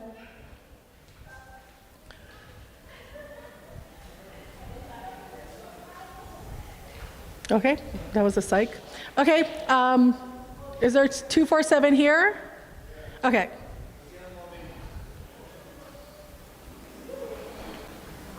Aloha, my kako. Aloha. I am Keiki, to recap, I am Keiki Oka'aina, and I am born 1976, born and raised Kalihi Palama, but for 9 years, we live on Pearl City Peninsula, Navy housing, as known as Manana. And what Andre Perez shared, I hear that every morning, every evening, from Pearl Harbor through our big speakers, the giant voice. Anyways, I came here to speak to that camera in hopes that the Pentagon, the Army, military executive officials, and your home state congressmen, senators, as well as the rest of the Army and Department of Defense that are here, their home state Congress and senators, and then our Hawaiian Kingdom, Hawaii, senators and congressmen hears my voice and all of our voices. I came here to speak about the Aina, the land. So as I said, recap, 2 nights ago, I woke up my first year within becoming a 17-year Navy wife, living on Japan, to on my own decolonizing, to understand the proper Hawaiian history, right? Well, what I know about the Aina, the land, is, especially where I live, Pearl City Peninsula, every square foot that all the military bases, all the military occupies on, where all the Department of Defense is, where all of your Hawaii military community lives, where Kapalina Beach Homes is, where Moanalua Shopping Center is, where the 13 Navy housing neighborhoods are, the 2 Army housing neighborhoods, et cetera, et cetera, et cetera. Everywhere those military bases are is contaminated with toxins. For 32 months now, 32 months, me and my ohana in our home do not use our tap water, which is the island water, Waiava water. It's because the pipes are contaminated with the jet fuel JP5.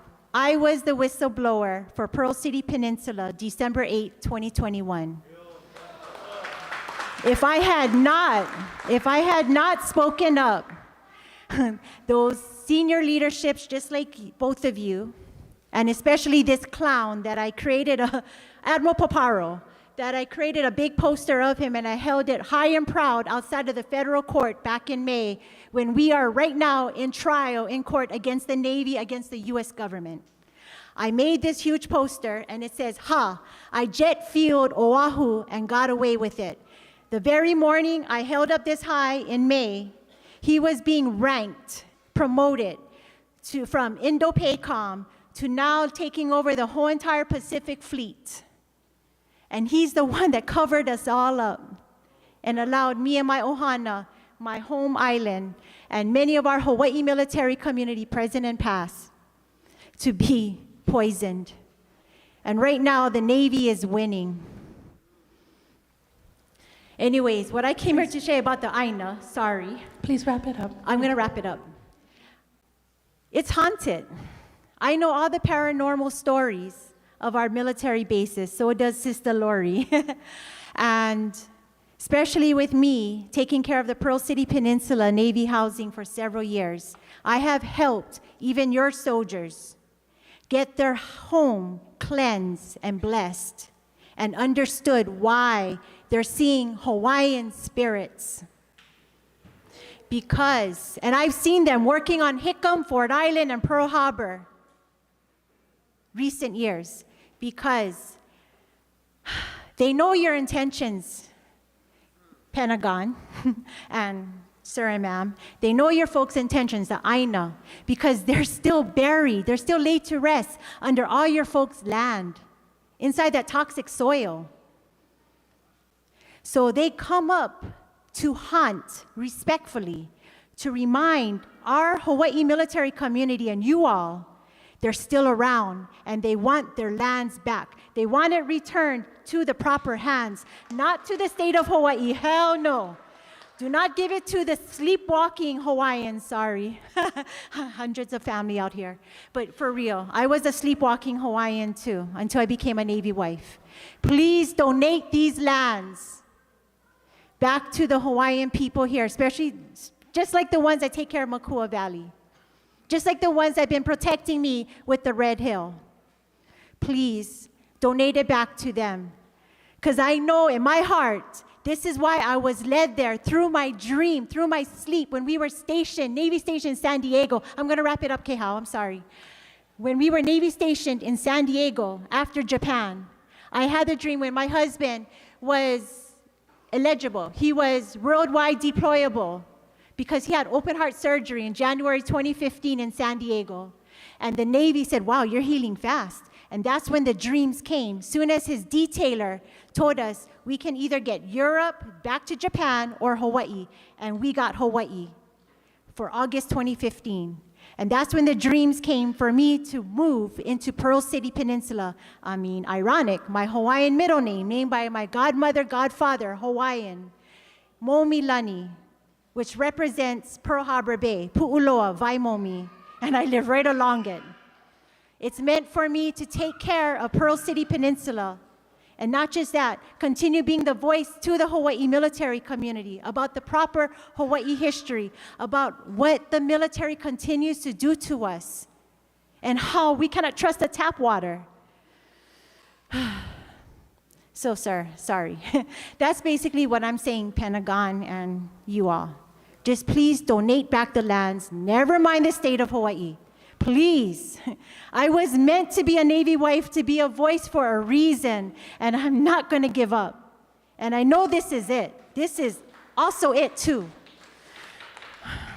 Maybe you folks will be the new torch for, because the Navy is going to be next. They're going to be asking for all their lands too, even Kapukaki, Red Hill. I don't want any of them to own or land title any of these lands. So please donate it back. You guys got a lot of vacant lands. Mahalo nui. Thank you very much. 248.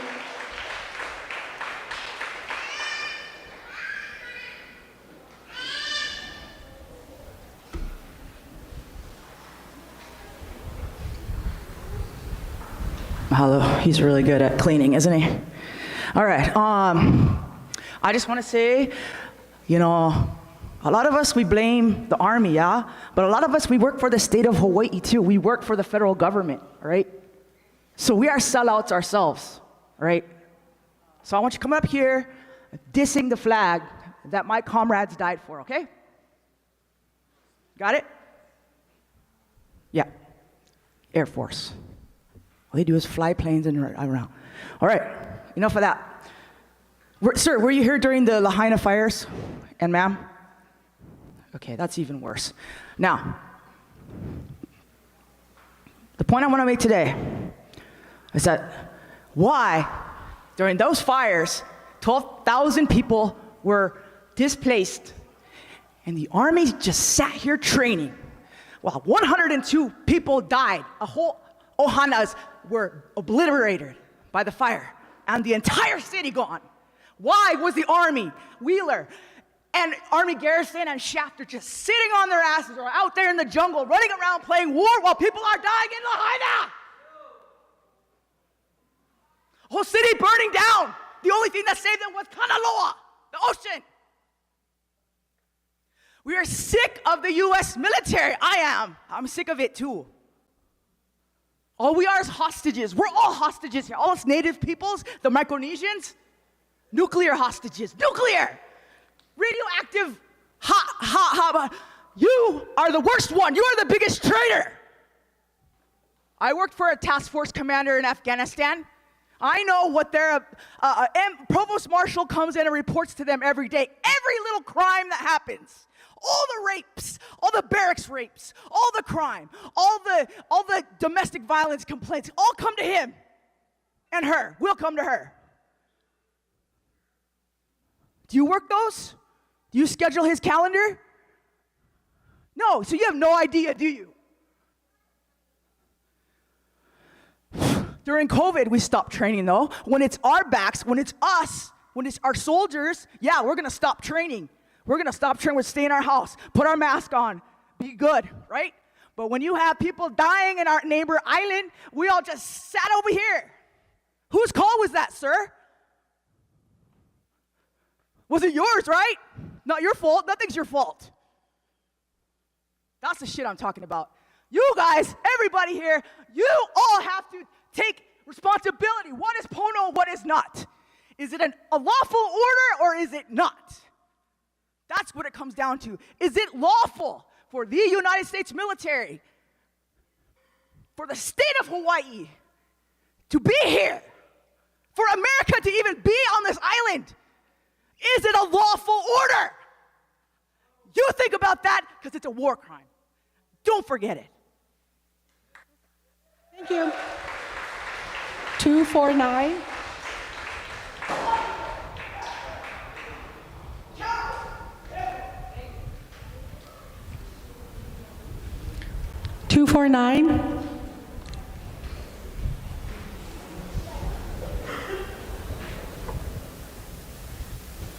Aloha nui loa kako. Pardon me, when in Rome, I gotta act like the Romans. Mahalo. Okay, so I came here just because of the sole executive agreements made between President Grover Cleveland and Queen Lily Uokalani. We got them right here. I don't know if the camera can see, but if you support the permanent deoccupation of the Hawaiian Kingdom, will you please stand and make some noise in this room?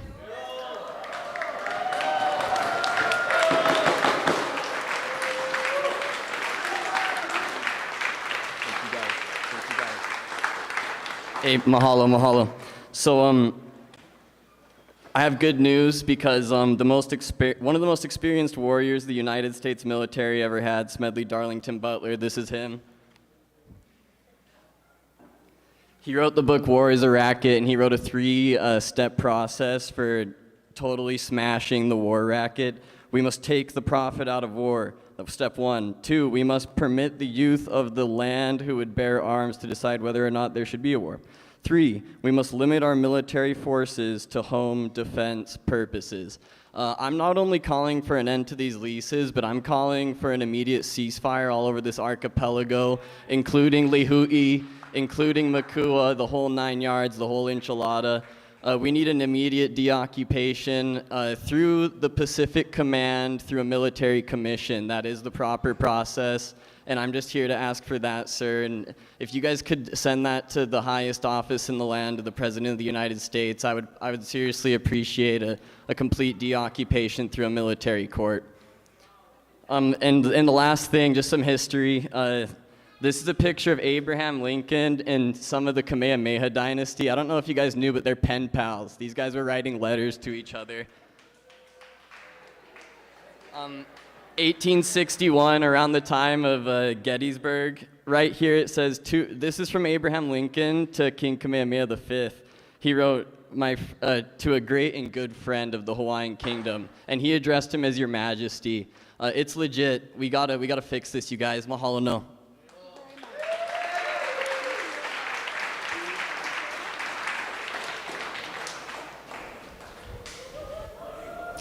Good evening again, General.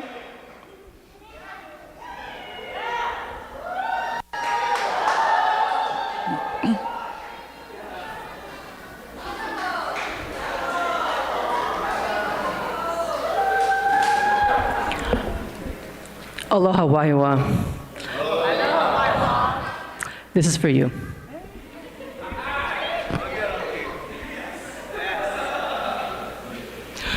Good evening, my fellow Americans.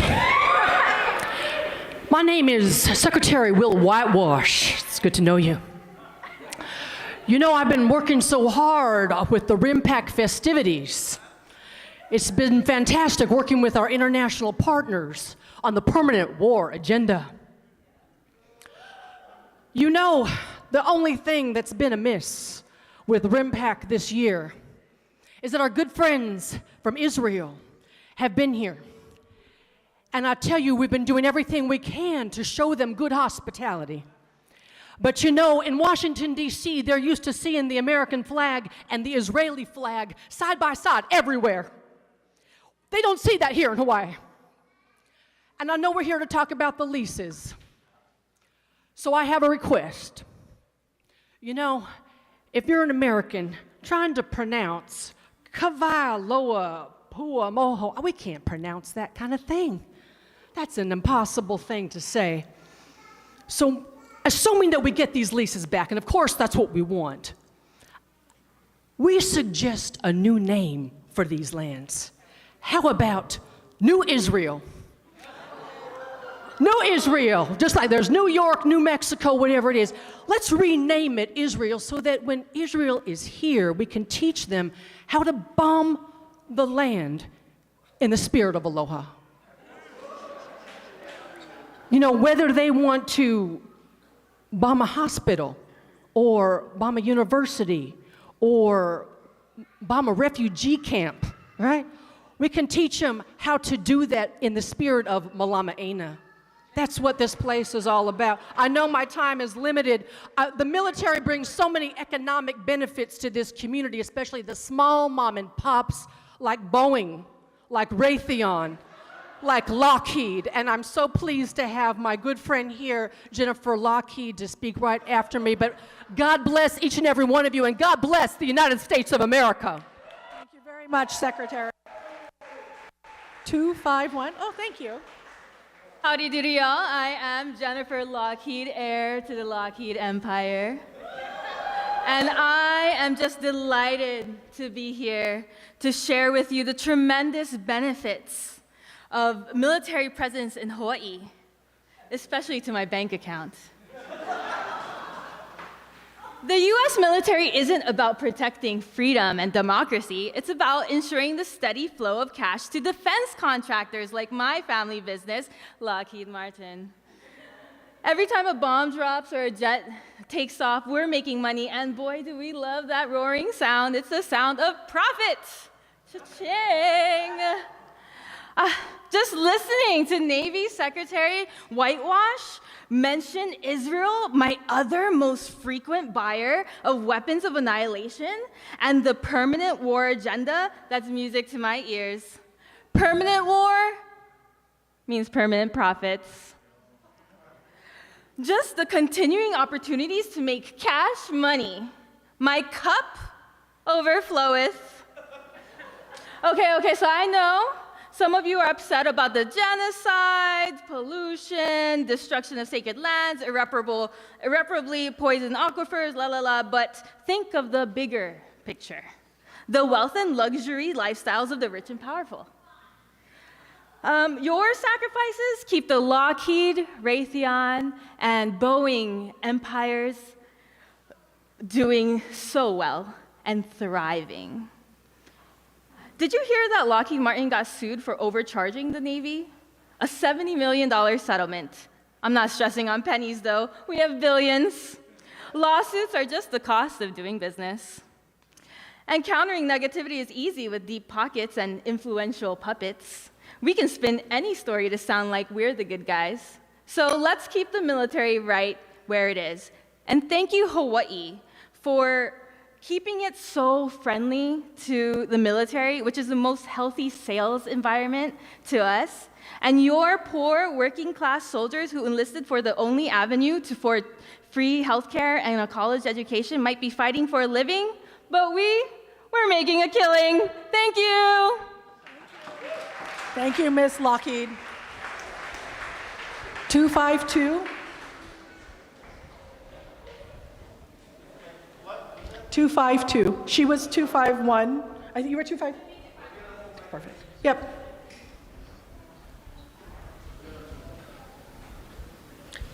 $253 will be next. Aloha mai kako. My name is Lori Halemano. I was born and raised here in Wahiawa, moved away at age 26. Although I've been living outside of Wahiawa for almost 30 years, I felt the need to be here because this is my home and always will be home for me. We still have ohana here. I still have ohana land here, where 6 generations of my ohana were literally born in the same houses on our property. As a child, we grew up hearing bombs, cannons, grenades, and large caliber guns going off. It was normal to us. Yet there is nothing normal about hearing extremely loud explosions at all hours of the day and night while you are trying to sleep. The explosions scaring babies and pets and the elderly. I now live on the other side of the mountain in Waikele, but I can still hear the loud explosions from that far away, as can some of my friends in Waianae who are even farther over on the other side of the mountain. My grandfather was in the Army and served in Vietnam. As a young child, I remember how much the explosions at Schofield would rattle him. His PTSD was extreme, and I remember seeing him get on the ground and cover himself when he heard the explosions. I'm sure a lot of other retired veterans in Wahiawa and the surrounding communities also still deal with PTSD. And I can't imagine how horrible it must be for them to have to hear the loud explosions even after retiring from the military. I work for a company called Native Hawaiian Veterans, and I worked on a project for our subsidiary company called Malama Aina, which means to take care of the land.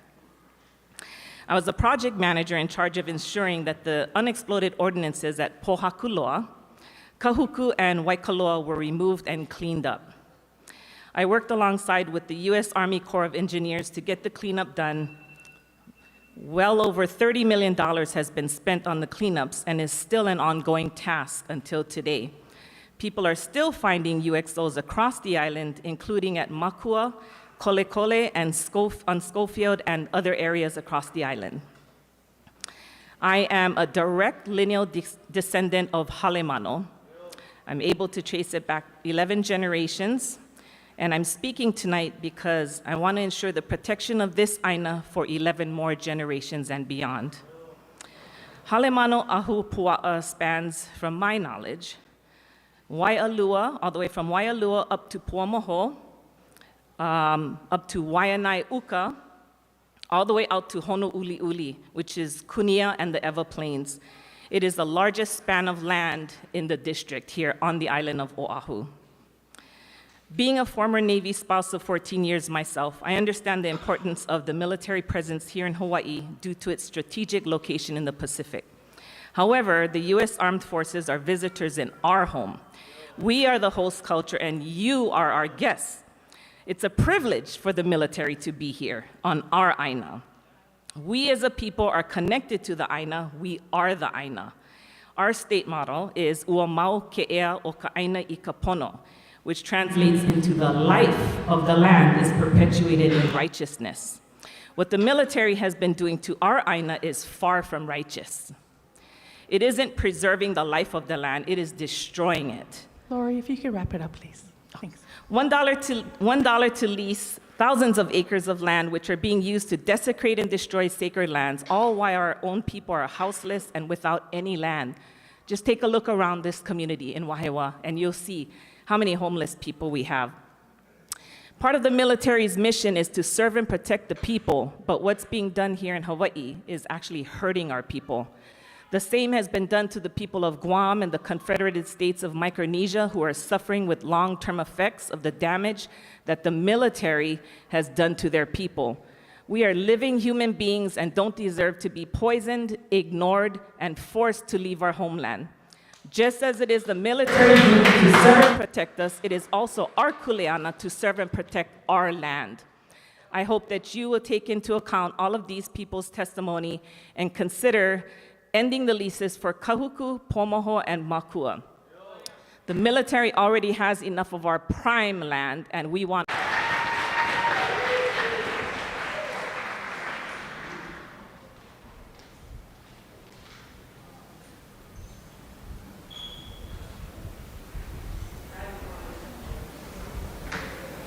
Aloha ahiahi kako, aloha ahiahi kako. My name is Ali Rosette. I am from Kailua, Oahu. My family now reside in Wahiawa. I'm a kumuolelo Hawaii. And I'm not Hawaiian, I'm Okinawan Mexican. But I'm a proud mother of 4 Hawaiian keiki. And I'm trying to do my best to the lahui. I'm here to ho'oulu lahui. Anyways, only with him though, sorry, that was not an invitation. As my fellow mama friend Malia said, it's unfortunate that this is the type of family outing that we have these days, but I have brought almost every one of my keiki up to the podium to speak on behalf of what I believe is the pono way to go about malamaing this place that we call home.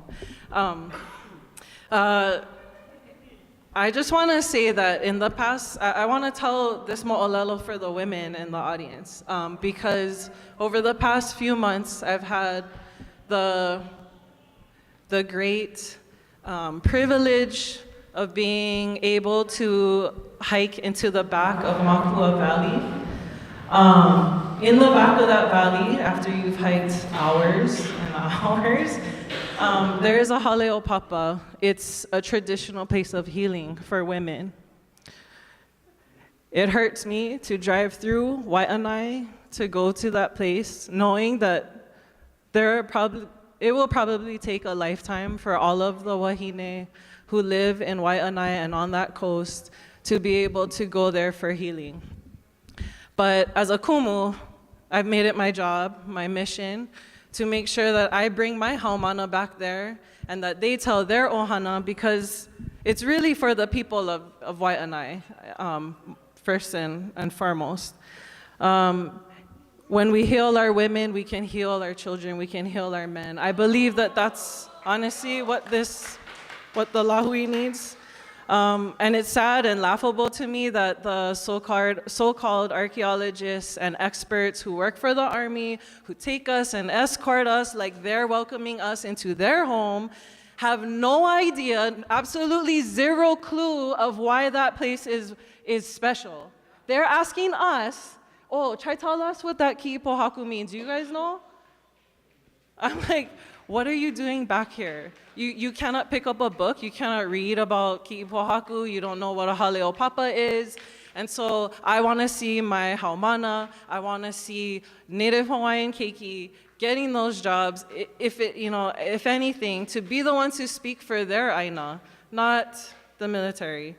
All I want to say, I'm sorry, I'm here because I want my children to always feel that they can live here.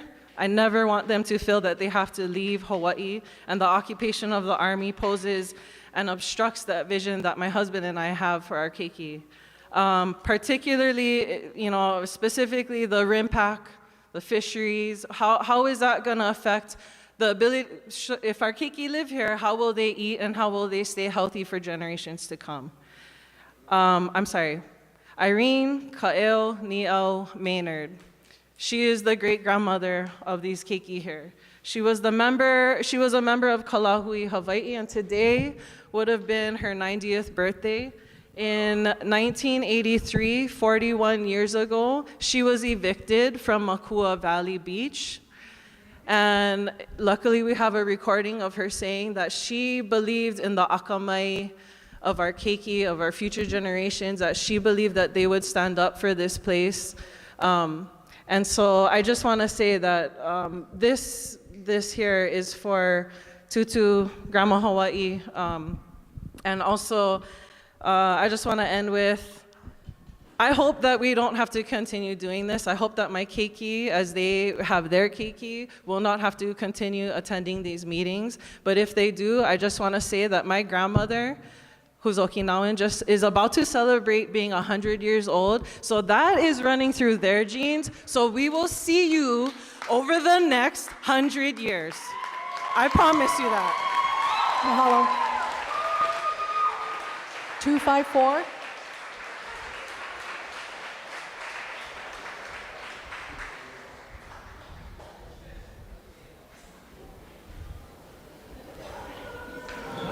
Uncle, are you 254?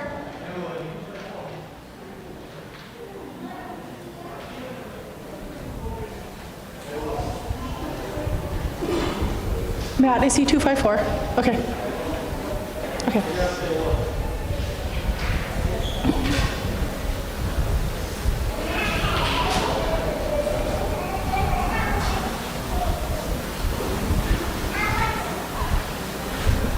How's it, everybody? Aloha. The brother was up here asking for the treaty. This treaty is in your national archives. Kauikeoli's treaty. Your supreme law of the land. U.S. Constitution.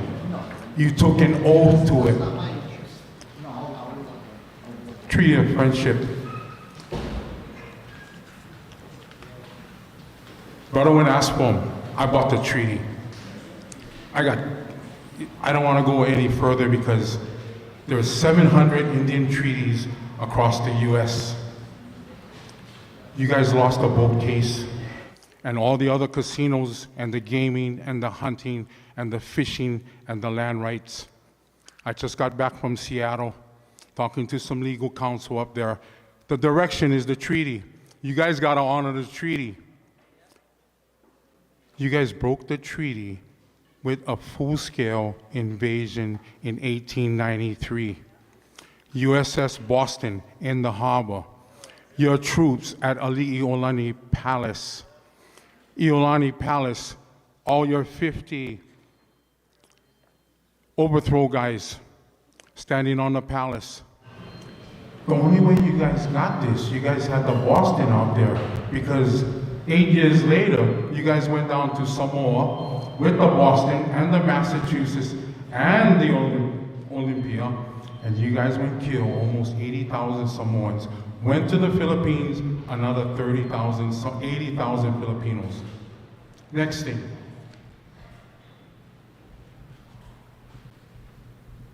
You guys gotta go obey your treaties. I think the Latin word is pacta sunt servanda. Francis Boyle came over here and he explained things in 1991. Obey the treaties. Lastly,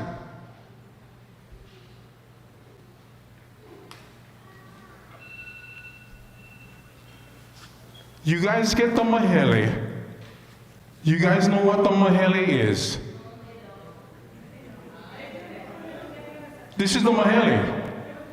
Kauikeoli on page 224 and page 225 of this mahele is his private lands and it is Hawaiian government lands. I look at your fact sheet and you guys say this thing belongs to the state. In any title abstract, when you buy property, any title abstract out there. It starts from the beginning of when the title is registered and documented. These have numbers. Even in the Mahele, they have numbers. Even in the Apanas, the Land Commission Awards. It's not the Land Court Awards, it's the Land Commission Awards. Also, the Palapala Silanuis that are in there get number in there.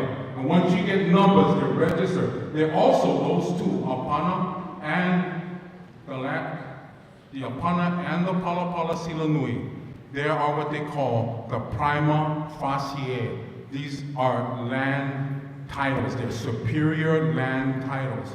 So I'm just going to ask you, where you guys title? You guys' name not in the Mahele. Okay, Kamehameha, his heirs and successors. So when you guys get your name in the Mahele, you let me know where stay in this Mahele.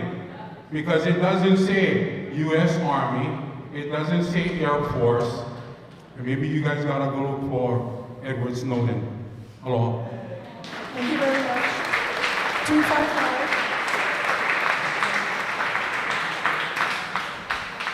255.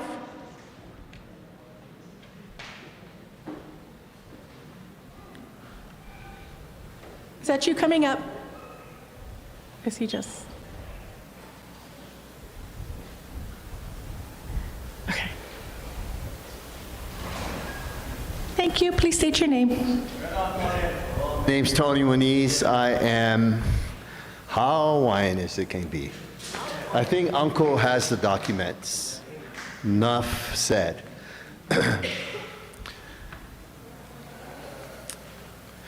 The military, to me, came here to steal, kill, and destroy. I have 4 generations of playing in the mountains from Kahuku,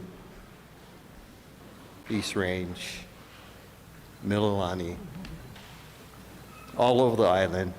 I'm very involved here from Mākua to Makai. And you guys have done nothing for us, which you've heard many a times. So that person who is looking at me in the camera, is that your boss? Looking at me in the camera? Who's looking at me in the camera? Anybody from the state representative that are here that can help us out? Is there anyone from the state or the city? I feel like we don't have any support, and there's so much on my heart that I could say, but a lot of it has already been spoken to you guys, and we just need our land back. Uncle's got the documents. It just hurts my heart. Generations and generations to come and to enjoy our land. You guys, it's all your fault. All your fault. That you showed up and there went Pearl Harbor. My dad was a little boy, born and raised Papakolea.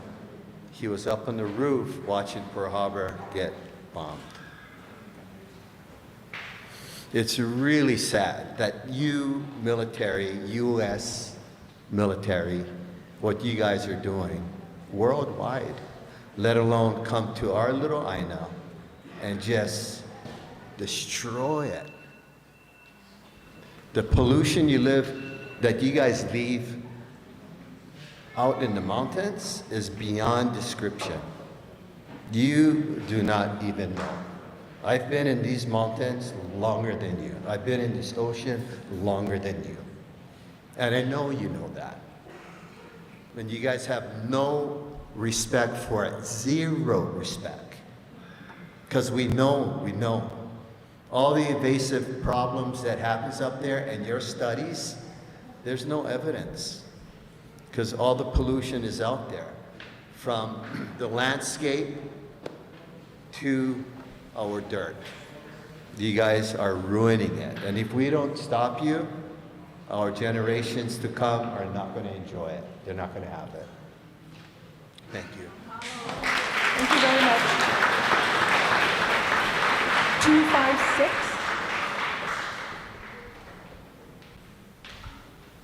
256.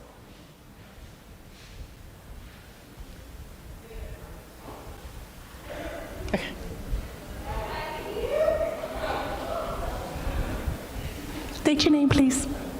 Aloha mai kako. Aloha. My name is Kylie Akiona, born and raised in Kipapa, known as Mililani, right next to Kipapa Gulch, where we also suffer the house-trembling booms and gunfire from your colonial exercises.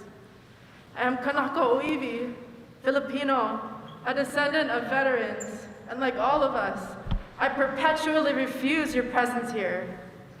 It's hard just to stand here and think about how you have been able to lease stolen Native Hawaiian lands for $1 when our people are sleeping in the streets, houseless in their own home, in the ground in Po, without ever being selected from an endless wait list, while you and your other settler pawns of the US empire freely flock into houses on your bases and into our hometowns. I'm standing here today with my fellow Aloha Aina and allies to tell you that we will not accept our land being occupied any longer. You will keep hearing from us and seeing us until you return what is never yours and has never been yours. We will not stand down until we take our land back for ourselves. We will continue to show up meeting after meeting and generation after generation until we are all free from your empire. Not just here in Hawaii, but in Palestine, Guam, Puerto Rico, Philippines, Turtle Island, across the Pacific and beyond.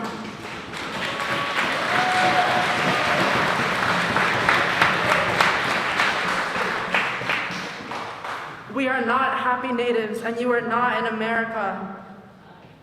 We are done with your military exercises, your RIMPAC, your fake state government, your extreme violence against our lands, waters, and bodies.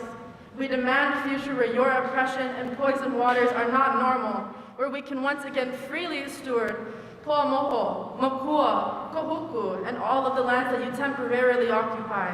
Your simple existence, sitting there at that table in your uniforms, bearing your genocidal flag, having us beg for our genealogical land back, is a violence that we do not accept. And mahalo everyone that shared their mana'o tonight, except for that one fucker. And I echo your thoughts and your sentiments. End the leases and deoccupy Hawaii now. Mahalo.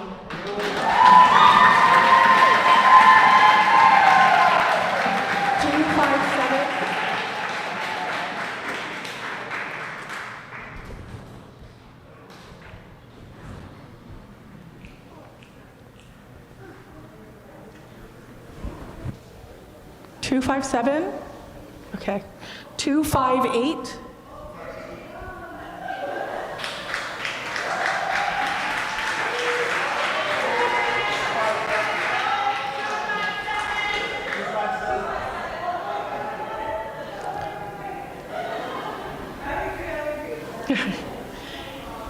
$257? Okay. Please state your name. Thank you.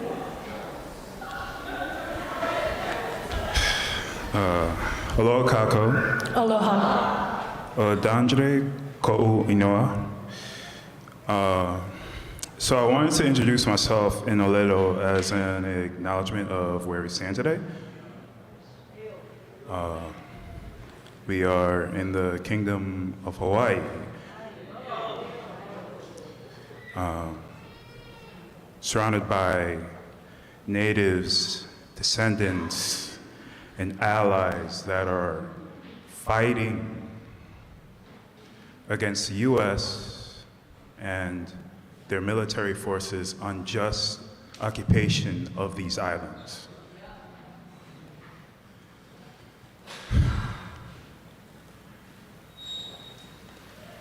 This process that we are going through right here is something that I don't really have the words for,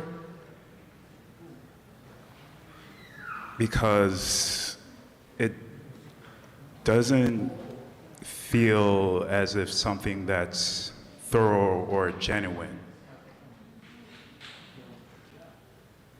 Actions are how you show that you care. That's something that from the testimonies of everybody before me, that's something that is very well documented. Y'all have never practiced malama here in Hawaii.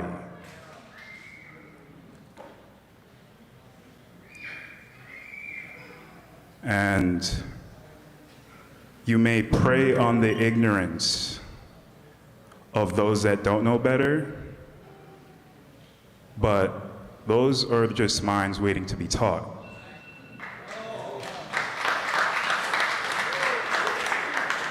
As is clear from everybody that does know,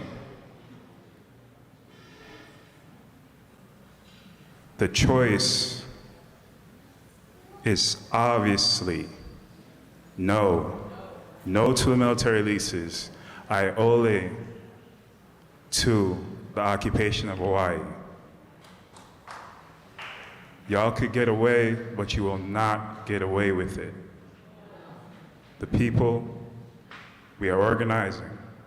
We are here, we are present, and when we stand together, y'all don't stand a chance against us. Thank you.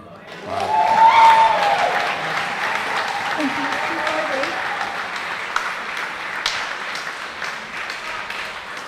259 will be next.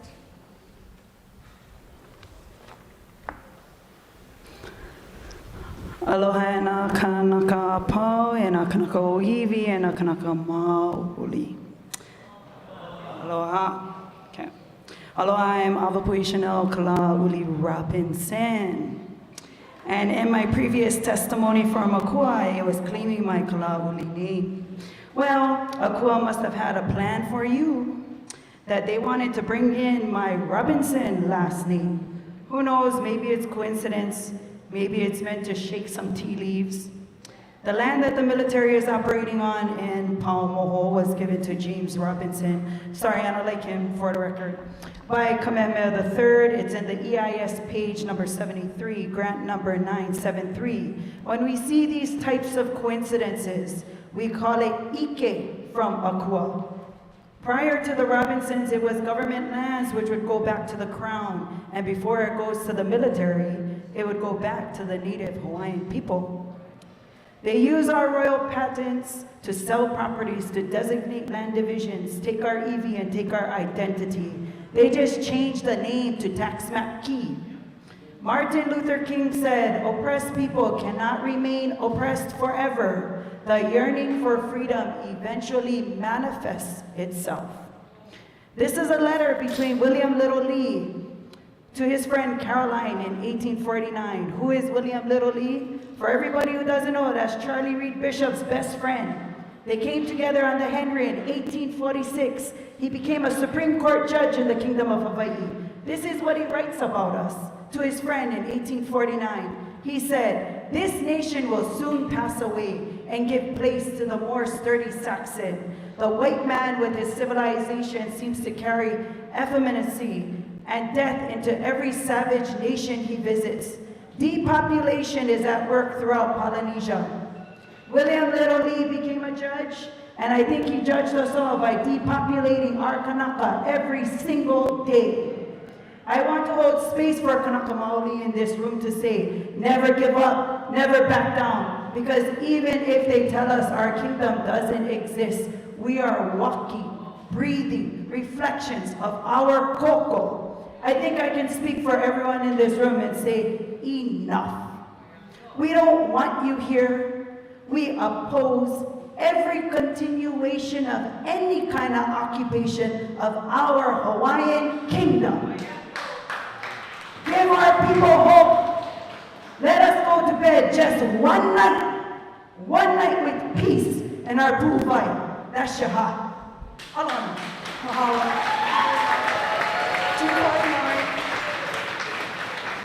259.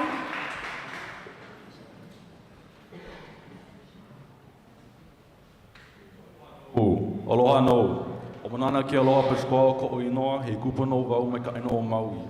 I'm here for my Oahu Ohana and stand in strong opposition to the lease renewals, and instead vote for a no renewal alternative. I was invited into Mākua with the Hawaiian language class with Kumu where a tour was led by the military officials. These military officials nonchalantly led us to walk all over the sites in a manner that very clearly showed their ignorance in preservation and lack of qualification to steward these areas. At one of the sites, we were surrounded by trees scorched by the fires of aerial ordnance dropped by military aircrafts to simulate the mass killings in the name of global terrorism. These games that you call them, war games, each one of them an environmental disaster in itself that torches and furthers the endangerment and extinction of our flora and fauna. The land is left riddled with pollutions of fuel, poisons, and unexploded ordnance, and the remnants of exploded ordnance too. It's bad enough to be the standing military force of the illegally occupying American colony, but you also leave our agricultural lands inaccessibly devastated in an effort to force our participation in American consumerism. The government has acknowledged the existence of a Hawaiian sovereign entity before. This is from the definition of Ko'olawe in Wiki Dictionary. This is from the 1993 Hawaii State Legislature passed Chapter 6K Hawaii Revised Statutes, which states, upon its return to the state, the resources and waters of Ko'olawe shall be held in trust as part of the public land trust, provided that the state shall transfer management and control of the island and its waters to a sovereign native Hawaiian entity upon its recognition by the United States and the state of Hawaii. Now, with that being said, the fake state of Hawaii has no jurisdiction to renew American military leases on the Crown lands that were seized by the colonial government. The power resides with the aforementioned sovereign Hawaiian entity. Aloha. Mahalo. Good job. 260. 260.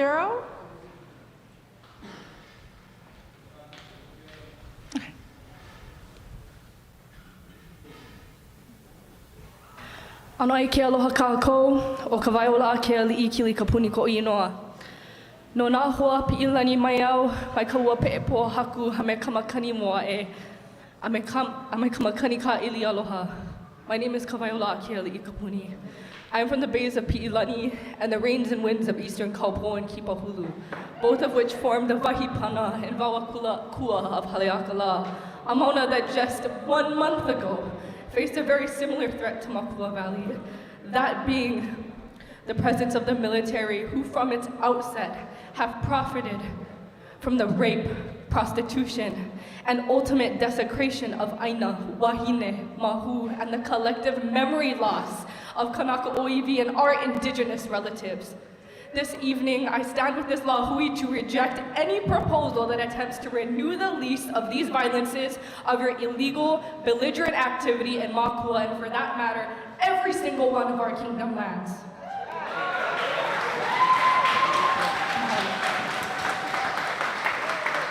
Now, for nearly a year, I have been the student archivist for the Marion Kelly Collection, an anthropologist whose work that you refuse to put on the public record in my hands right now, because its summary and conclusions from over 50 years ago clearly stated that the Army must clean up and vacate our sacred Mākua Valley, because within that time, you proved yourself to be incapable and apparently incoherent to the principle of consent. That is, when we say no, it means no. Not us again. Try another mauna, or altogether strip our bodies from violence and autonomy and proceed anyway. Inarguably, no means no. Let me be duly clear that this Aina, our bodies, our mo'olelo, are not yours to make a decision over. You are occupiers of the Kingdom of Hawaii, a fraudulent institution that systematically benefits from our land and waters that not only are not yours, but that you know nothing about and wish to know nothing about. While you benefit from military housing on our lands, think about the countless waves of our people that have gone houseless and that have been forced to move away in search of stability that should be inherent on our Aina. Listen to me. When we have been saying, pack up your weapons, your war machine, your ignorant military soldiers that for decades have had the audacity to ask our Aina the following questions.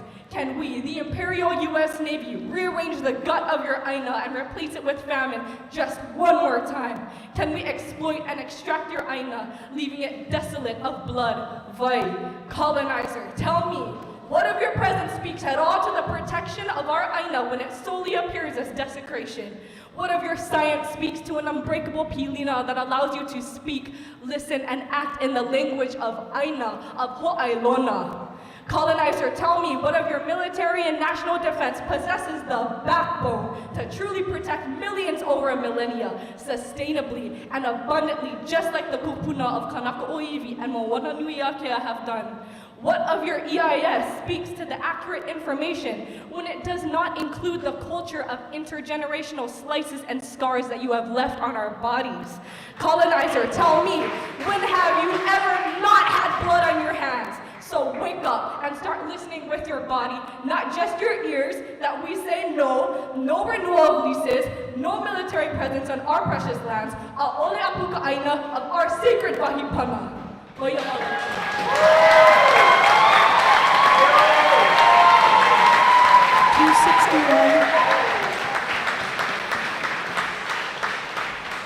Stephen, are you 261? Okay. 261? Okay. And then 262 will be up next.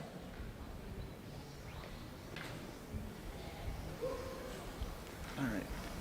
Hello, my name is Austin Jonathan. I am from Kapolei, Makihilo. So I'm here in opposition of the leased lands by the state to the federal government. The federal government already has enough land to exercise its missions. If you think about it, what are the wars that you're trying to face? You're trying to face wars on small islands in the Pacific, right? That's where you're looking at. Narrow your search. Narrow down what you're operating. That will help you better. But also, you're talking about helicopter training. I'm a commercial pilot. I know that the MOAs and the restricted areas, it's fine if somebody lives down there. You don't need to own that land to operate your helicopters there. So I believe that the reason why that the state, they're just passing it through. They're giving it to you to make the decision. The reason why is because they want the federal money. I think all of us here are fine not having the federal money. So please just use the land that you have, and we'll talk about taking that land back later. Thank you. Thank you very much. Thank you very much. 262.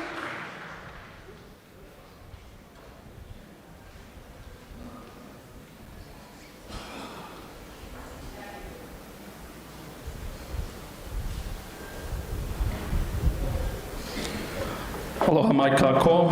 Aloha. Biali no chime. Hello, everyone. My name is David Nastal. I vehemently oppose the renewal of the lease, and I oppose all illegal U.S. presence in Hawaii. I am a displaced son of the Xinca people. We are the original caretakers of the lands of Jutiapa, Jalapa, Cuilapa, and Santa Rosa, Guatemala. My ancestors' bones are buried there. I am born and raised on the London lands, currently known as San Francisco, California, and I have lived in Honolulu for the last 14 years. I am here tonight to stand in solidarity with my Kanaka Maoli relatives because I, my family, my community, my ancestors have been subjected to the violence enacted by the U.S. war machine. The Civil War in Guatemala that carried on from the mid-1960s to the mid-1990s unleashed a genocide known to some as the silent genocide, where over 200,000 indigenous Maya, Xinca, Garifuna, Nawa peoples were killed, murdered. The U.S. military backed the Civil War, both monetarily and through training the Guatemalan military to enact these harms that continue the onslaught against my people. And because of this, I cannot stay silent. From Guatemala to Ohlone lands to Hawaii, the U.S. continues to enact this violence on the people and the land. Having served as a social worker and now as an educator, I am well aware of the injustices and health disparities that are directly correlated to the illegal occupation that began 131 years ago. The U.S. military has historically and currently displaced Kanaka Maoli, indigenous peoples of Pacifica, poor folks, due to their illegal use of the land. That is the operative word, illegal. The U.S. is in violation of all human rights, international law, because these islands do not belong to the U.S. It is illegally occupied, and the U.S. continues to cause ecocide, genocide, as their modus operandi. It is imperative that the U.S. military leave Oahu, leave these islands, and leave every occupied place that it continues to cause its harm, and is illegally occupying and devastating the people of this land. Those signs out there, they're full of deceit, they're full of lies, and they show the way that the U.S. wants to commodify and extort and exploit all the people that they continue to harm. So free the land and free the people.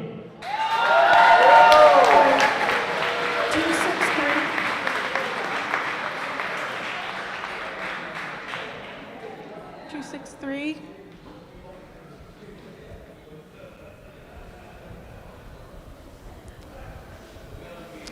Hey, I have those same pants. Those are lovely. And then 264 after. Aloha mai kako. Aloha.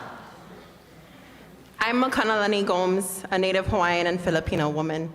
I'm a kama a Waipio Alua, a child of Waipio Oahu, the adjacent Ahupua'a or land division, hugging and embracing up against the sacred wahi of Wahewa. We share our water sources, and I'm a descendant of fresh water and therefore a water protector and a land defender, especially to the places and waters that have raised and fed me and my ohana since time immemorial. As a core member of Affirm Hawaii and one of 3 Kanaka Wahine serving on the murdered missing Native Hawaiian women, girls, and mahu report, I am here to be the vessel to say no for so many who cannot or could not. Affirm is a transnational feminist organization where Native, Black, and immigrant women unite to fight against imperialism and colonization. In Affirm, we believe that dismantling patriarchy must be at the heart of this struggle if we are ever to truly address these oppressive systems, because we know all too well that where the land is plundered, resources extracted and poisoned, the women and feminine relatives are decimated as well. Dismantling patriarchy means the end to the abusive, extractive relationship that the so-called United States forced upon Hawaii by way of the military. For 131 years, Hawaii has been in a non-consenting, inhumane relationship with the so-called US. Can you imagine what it's like to be in a forced, intimate relationship with the most heinous abuser on this planet? The rape of both place and people coincide, and it is palpable as we see our Palestinian relatives facing what we know could one day be our own fate. The mental warfare is ringing out not only in our hearts and our minds, but through the vibrations of our land and our waters. The poison is not only on the surface of bombs and explosives, but in the depths of our skin, in the vessels of our souls, and we say no more. As a result of this non-consensual relationship, our people have met the same fate as our Aina, especially our Native Hawaiian women, girls, and mahu, those closest in an embodiment to Earth Mother, have endured the brunt of the physical abuse. From part 1 of the MMH and HWGM report, 38% of those arrested for soliciting sex from a 13-year-old online through Operation Keiki Shield are active duty military personnel. 13 years old! Think of your 13-year-old self. Think of a 13-year-old you love and care for. 13 years old. Because for Indigenous women, girls, mahu, two-spirit folks, and our relatives, these are more than just statistics, but a shared reality empowered by colonization, upheld by the military, and the rape culture it glorifies. We would be remiss if we did not acknowledge all of our sisters and relatives who were murdered and those still missing by these very systems of violence. We honor them and their families today and every day by continuing to dismantle these structures that do not honor and revere the divine feminine. We honor when we reclaim, we restore and heal what has always been sacred. As our land is seen as idyllic paradise for mere enjoyment and pleasure, so too are our bodies. On the continent, we see this in casinos and man camps. Here in Hawaii, it's on the streets of Waikiki, where the average profile of a missing Native Hawaiian is a 15-year-old girl in Waikiki. The military contributes to the sexual exploitation of women, children, and trans folks. The military is a breeding ground for sex buyers and tourism, and RIMPAC provides these breeding grounds for it. Enough is enough. End the leases, end the extraction and exploitation of land, water, oceans, and kanaka. We are here to say a'ole. No to our land, no to our bodies, no for every sister, every relative, every piece of land and water that couldn't say no. A'ole, women and land not for conquest, land back, bodies back, moana back, no more stolen relatives, cancel RIMPAC, end the leases, demilitarize now. 264. 264. Are you leaving? Okay.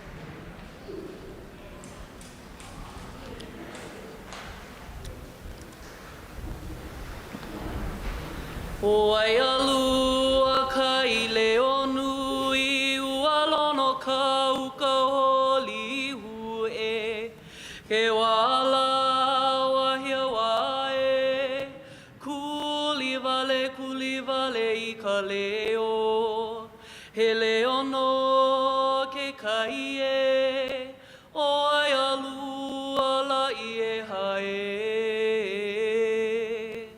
e ha kamalino la alo o Waialua. Aloha mai, o kamele o pupu vai, mahalo. Whew! Aloha e ku'ulahui. So excited to be here with all of you. Unfortunate though, right? I'm here today as a kanaka oiwi and a kia iloko, a kumu, in the ahupua'a of Kawailoa, in the moku of Waialua. I hope that this is not a performative hearing or part of just making us feel heard, that anybody who is watching, whoever makes decisions, that you hear us, you hear our pain, you hear our ancestors' pain, you feel our grief along with us. Yeah, that's the only way we make connection is when we feel each other, okay? All of these testimonies contribute to a genealogy of resistance. We have been here, we have always been here, we will forever be here. And I am in opposition of renewing these leases, and the following reasons are snippets of a poem I wrote after a really, really awful discussion with a military man.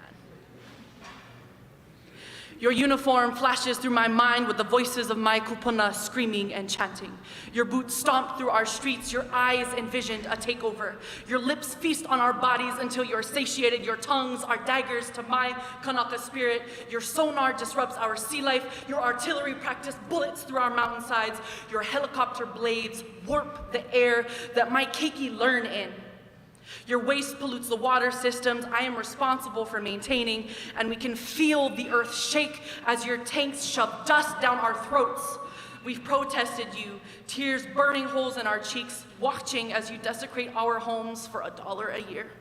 You have transformed Haumea's beautiful figure from lush forests to paved battle wounds, and singing birds to blaring horns. Instead of loko'i'a, we have battleships. Instead of a thriving ecosystem, we have thriving militarism, illegal overthrow, and a treaty.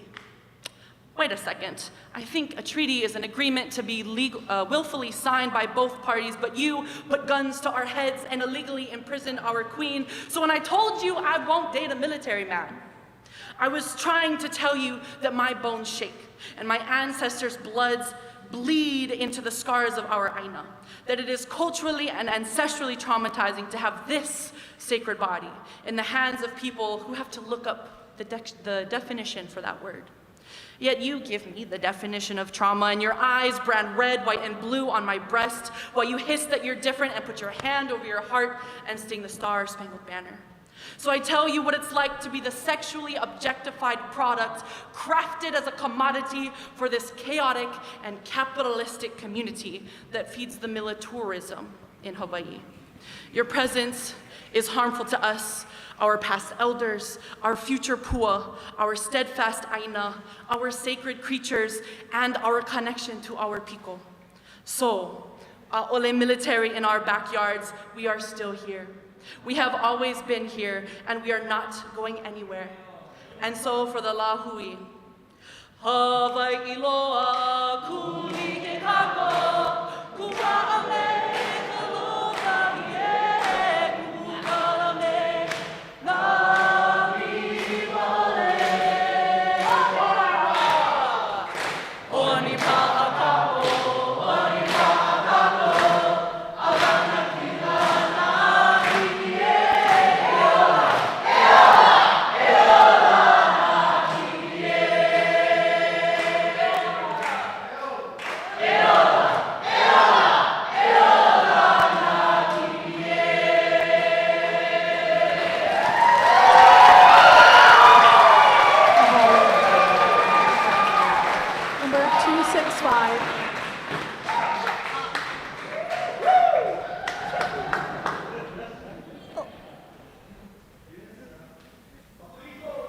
Is Uncle Liko still here? Right on, Uncle Liko. I'm not that short. Amen to that. Aloha kako. Maayong gabi sa inyong tanan. That's the language of my mother. My name is Darlene Redriggs. I'm a resident of Mililani, born and raised here in Hawaii, in Wahiawa. I am also a Gold Star family member. My cousin was killed in Iraq, and she is an alumni of this school. I work and worship at a church nearby.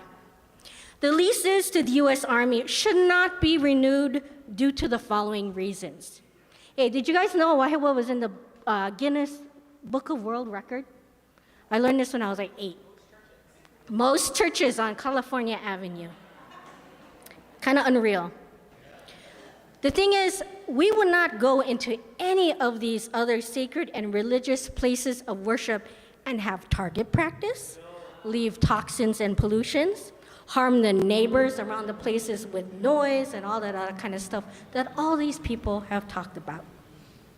I have had the privilege and blessing to have visited the Ahu and sacred sites at Mākua, and the idea that these important religious sites are bombed and then fenced off from people who deserve to be there greatly offends me and my Christian spirit and soul. It harms my well-being as a Kiki o Ka'aina. And I truly believe, we heard the words illegal. I want to tell you this is sinful. I'm going to use the word of colonization.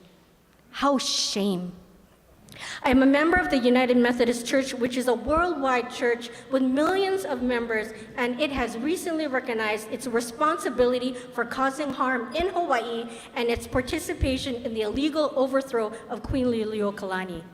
In April, it apologized to the indigenous people of Hawaii for the oppression and continued harm that Christianity has wrought in Hawaii. It's time that the US military also does the same. And I look at you and those in the camera. Do you have the moral courage and bravery that you have on the battlefield to do what's right? Can you look past your duty and truly look at what's around you and listen deeply to the people of this community? Do not renew the lease, clean up the mess that you have made, and leave this place. I just want to say lastly that our well-being in Hawaii and in this town is not dependent on the presence of the US military here. That is a false narrative, much like the narrative that Christianity is the only way to the sacred and the divine. Do not use that excuse to keep bombing places here. That is sinful and unchristian. Do not get comfortable. You are the visitors. You do not have an automatic subscription to the Aina. Clean up the messes that you've made and leave this place. And always the people of this land have the last say.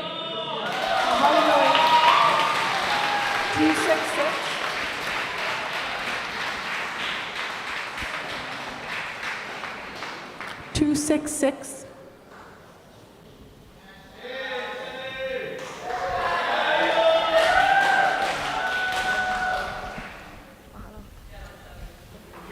Aloha. My name is Shelly Muneoka. Velina mai kako. Mahalo for the opportunity for us to energize each other, as these hearings only make us stronger. After many hours of testimony this week, I hope you can feel the impact that 60 years of Army occupation of our Aina has had. This DEIS, in all of its 1,000 plus pages, does a piss poor job at capturing our rage, our heartbreak, our longing, our ferocity, our commitment to love, our refusal to forget these places.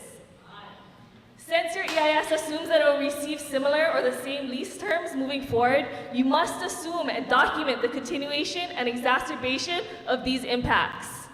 If this is how we feel after 60 years of restricted access, I shudder to imagine the grief after 130. Specific language I wanted to address in my paltry 2 minutes is from volume 3.2, appendix G, that says that the Army will clean up so long as it's not too complicated or too expensive. What kind of standard is that? That is unacceptable. If it's beyond your capacity to clean it up, don't do it. That should be a non-negotiable. I support the no action alternative that allows the leases to expire. All other alternatives preserve the status quo to which Hawaiian land continues to be bombed, burned, littered, and polluted. This status quo is precisely what needs to be upended. As things stand, we are not able to provide for the basic necessities for the people of Hawaii. Food, water, shelter are all in short supply, with the climate crisis intensifying the urgent need to refocus on building resilience locally.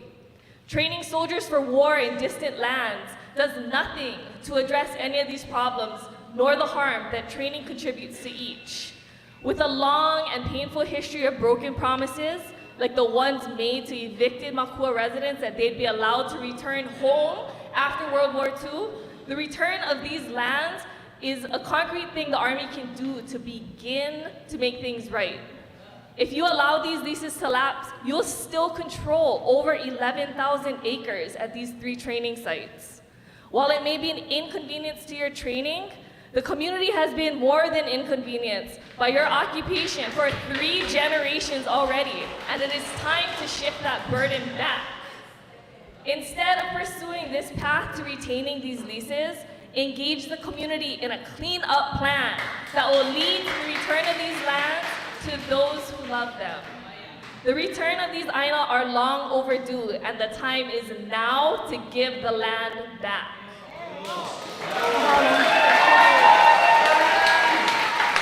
267. Huila, is that you?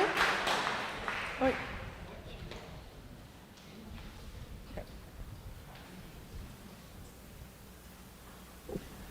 Aloha again. I just wanted to thank for those that are wearing the palule moku'e 3 days in a row. Mahalo for wearing them. Yeah, you. Okay. Ovao kawila Sheldon. Nohomai oka awa ko'olauloa. I just wanted to begin starting with Poamoho stream, the Kanawai, because water is divine. The vai is divine, right? Because we really need it. And we, as Kanaka Maoli, we value vai more than this, right? The kala, because we understand the essence of vai and its divinity.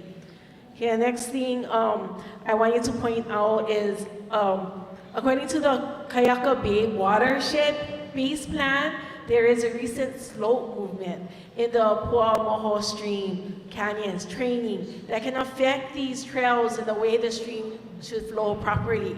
So with the training, the military training in Poamoho, please remember that specifically, tonight is about Poamoho for me, because I did my testimony for Mākua Valley, and I already did my testimony for Kahuku training area, right? So I just want you to express that when you guys train near the Poamoho stream, a lot of things can happen because of the slope degradation. And I want you to point out that those white signs behind there where you guys say that you guys do this and that, I feel like it was a joke. I feel like I was looking at that and I was like, that's not what you guys do. That's not what you really do. Come on. And I found an article dated November 6, 1999, where it was more like a blog about the trail clearers that would hike up Poamoho Trail, and they went to rebuild the Klein Memorial up there. And their people have a Sierra Club history. I'm going to wrap it up pretty soon. They describe the wind being strong and describe the invasive species there. Lots of invasive species that they had to cut down.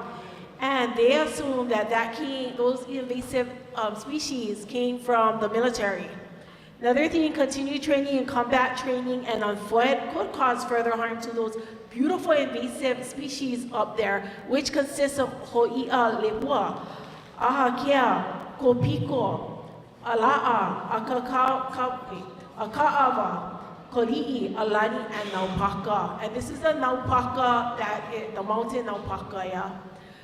Please protect the native species, our rights as gatherers, hunters, and Hawaiian who are trying to get rid of these invasive species and that are trying to get our land back and our beautiful flowers back and plants back and medicine back. And with you occupying over there, it creates a very uncomfortable and unsafe space.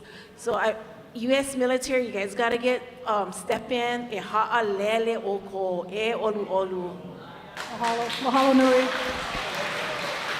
268.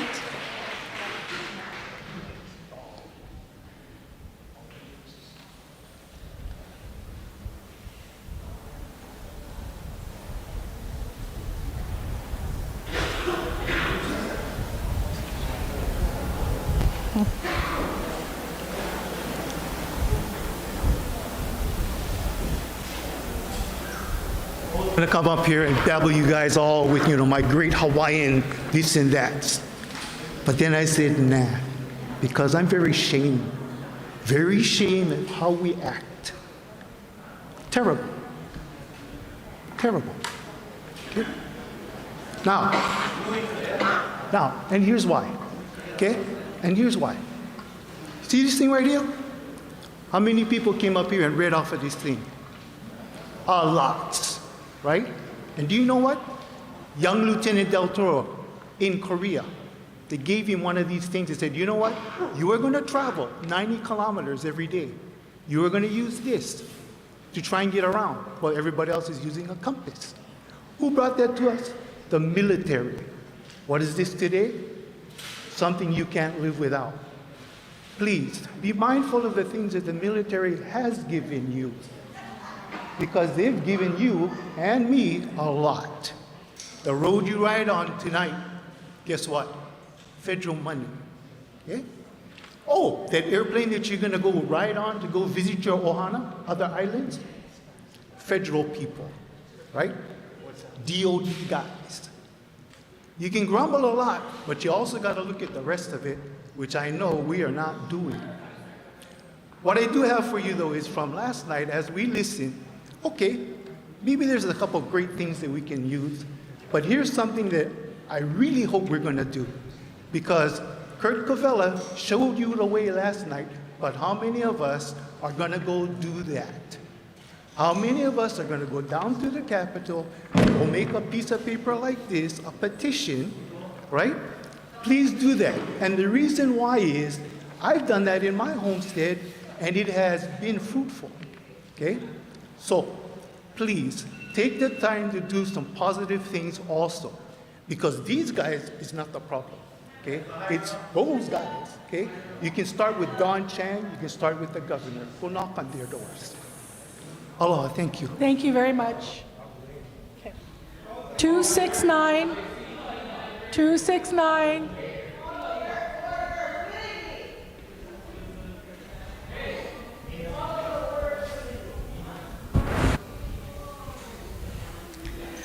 Liko Liko. Hey. Mahalo. Aloha, mahalo. Aloha. Thank you. Aloha, liko. Wow. Kai kui heba. September 30th, Ala Moana Hotel, Secretary Lujan came to have a conference under the U.S. Public Law 99-239, Compact of Free Association Act. At that time, I stood before the body of these all Pacific nation states and shared the words of my kupuna teacher, who said to me, Liko, what you don't need in the Hawaiian Islands is a revolution. But you need to change a revolting situation where the United States is protecting the fraud. Okay. After last night and watching the last 2 nights, I got up this morning and said, well, what else am I supposed to address? And Uhane told me, Liko, you address the process. Call it for what it is, because it is a fraud. Just this portion of the process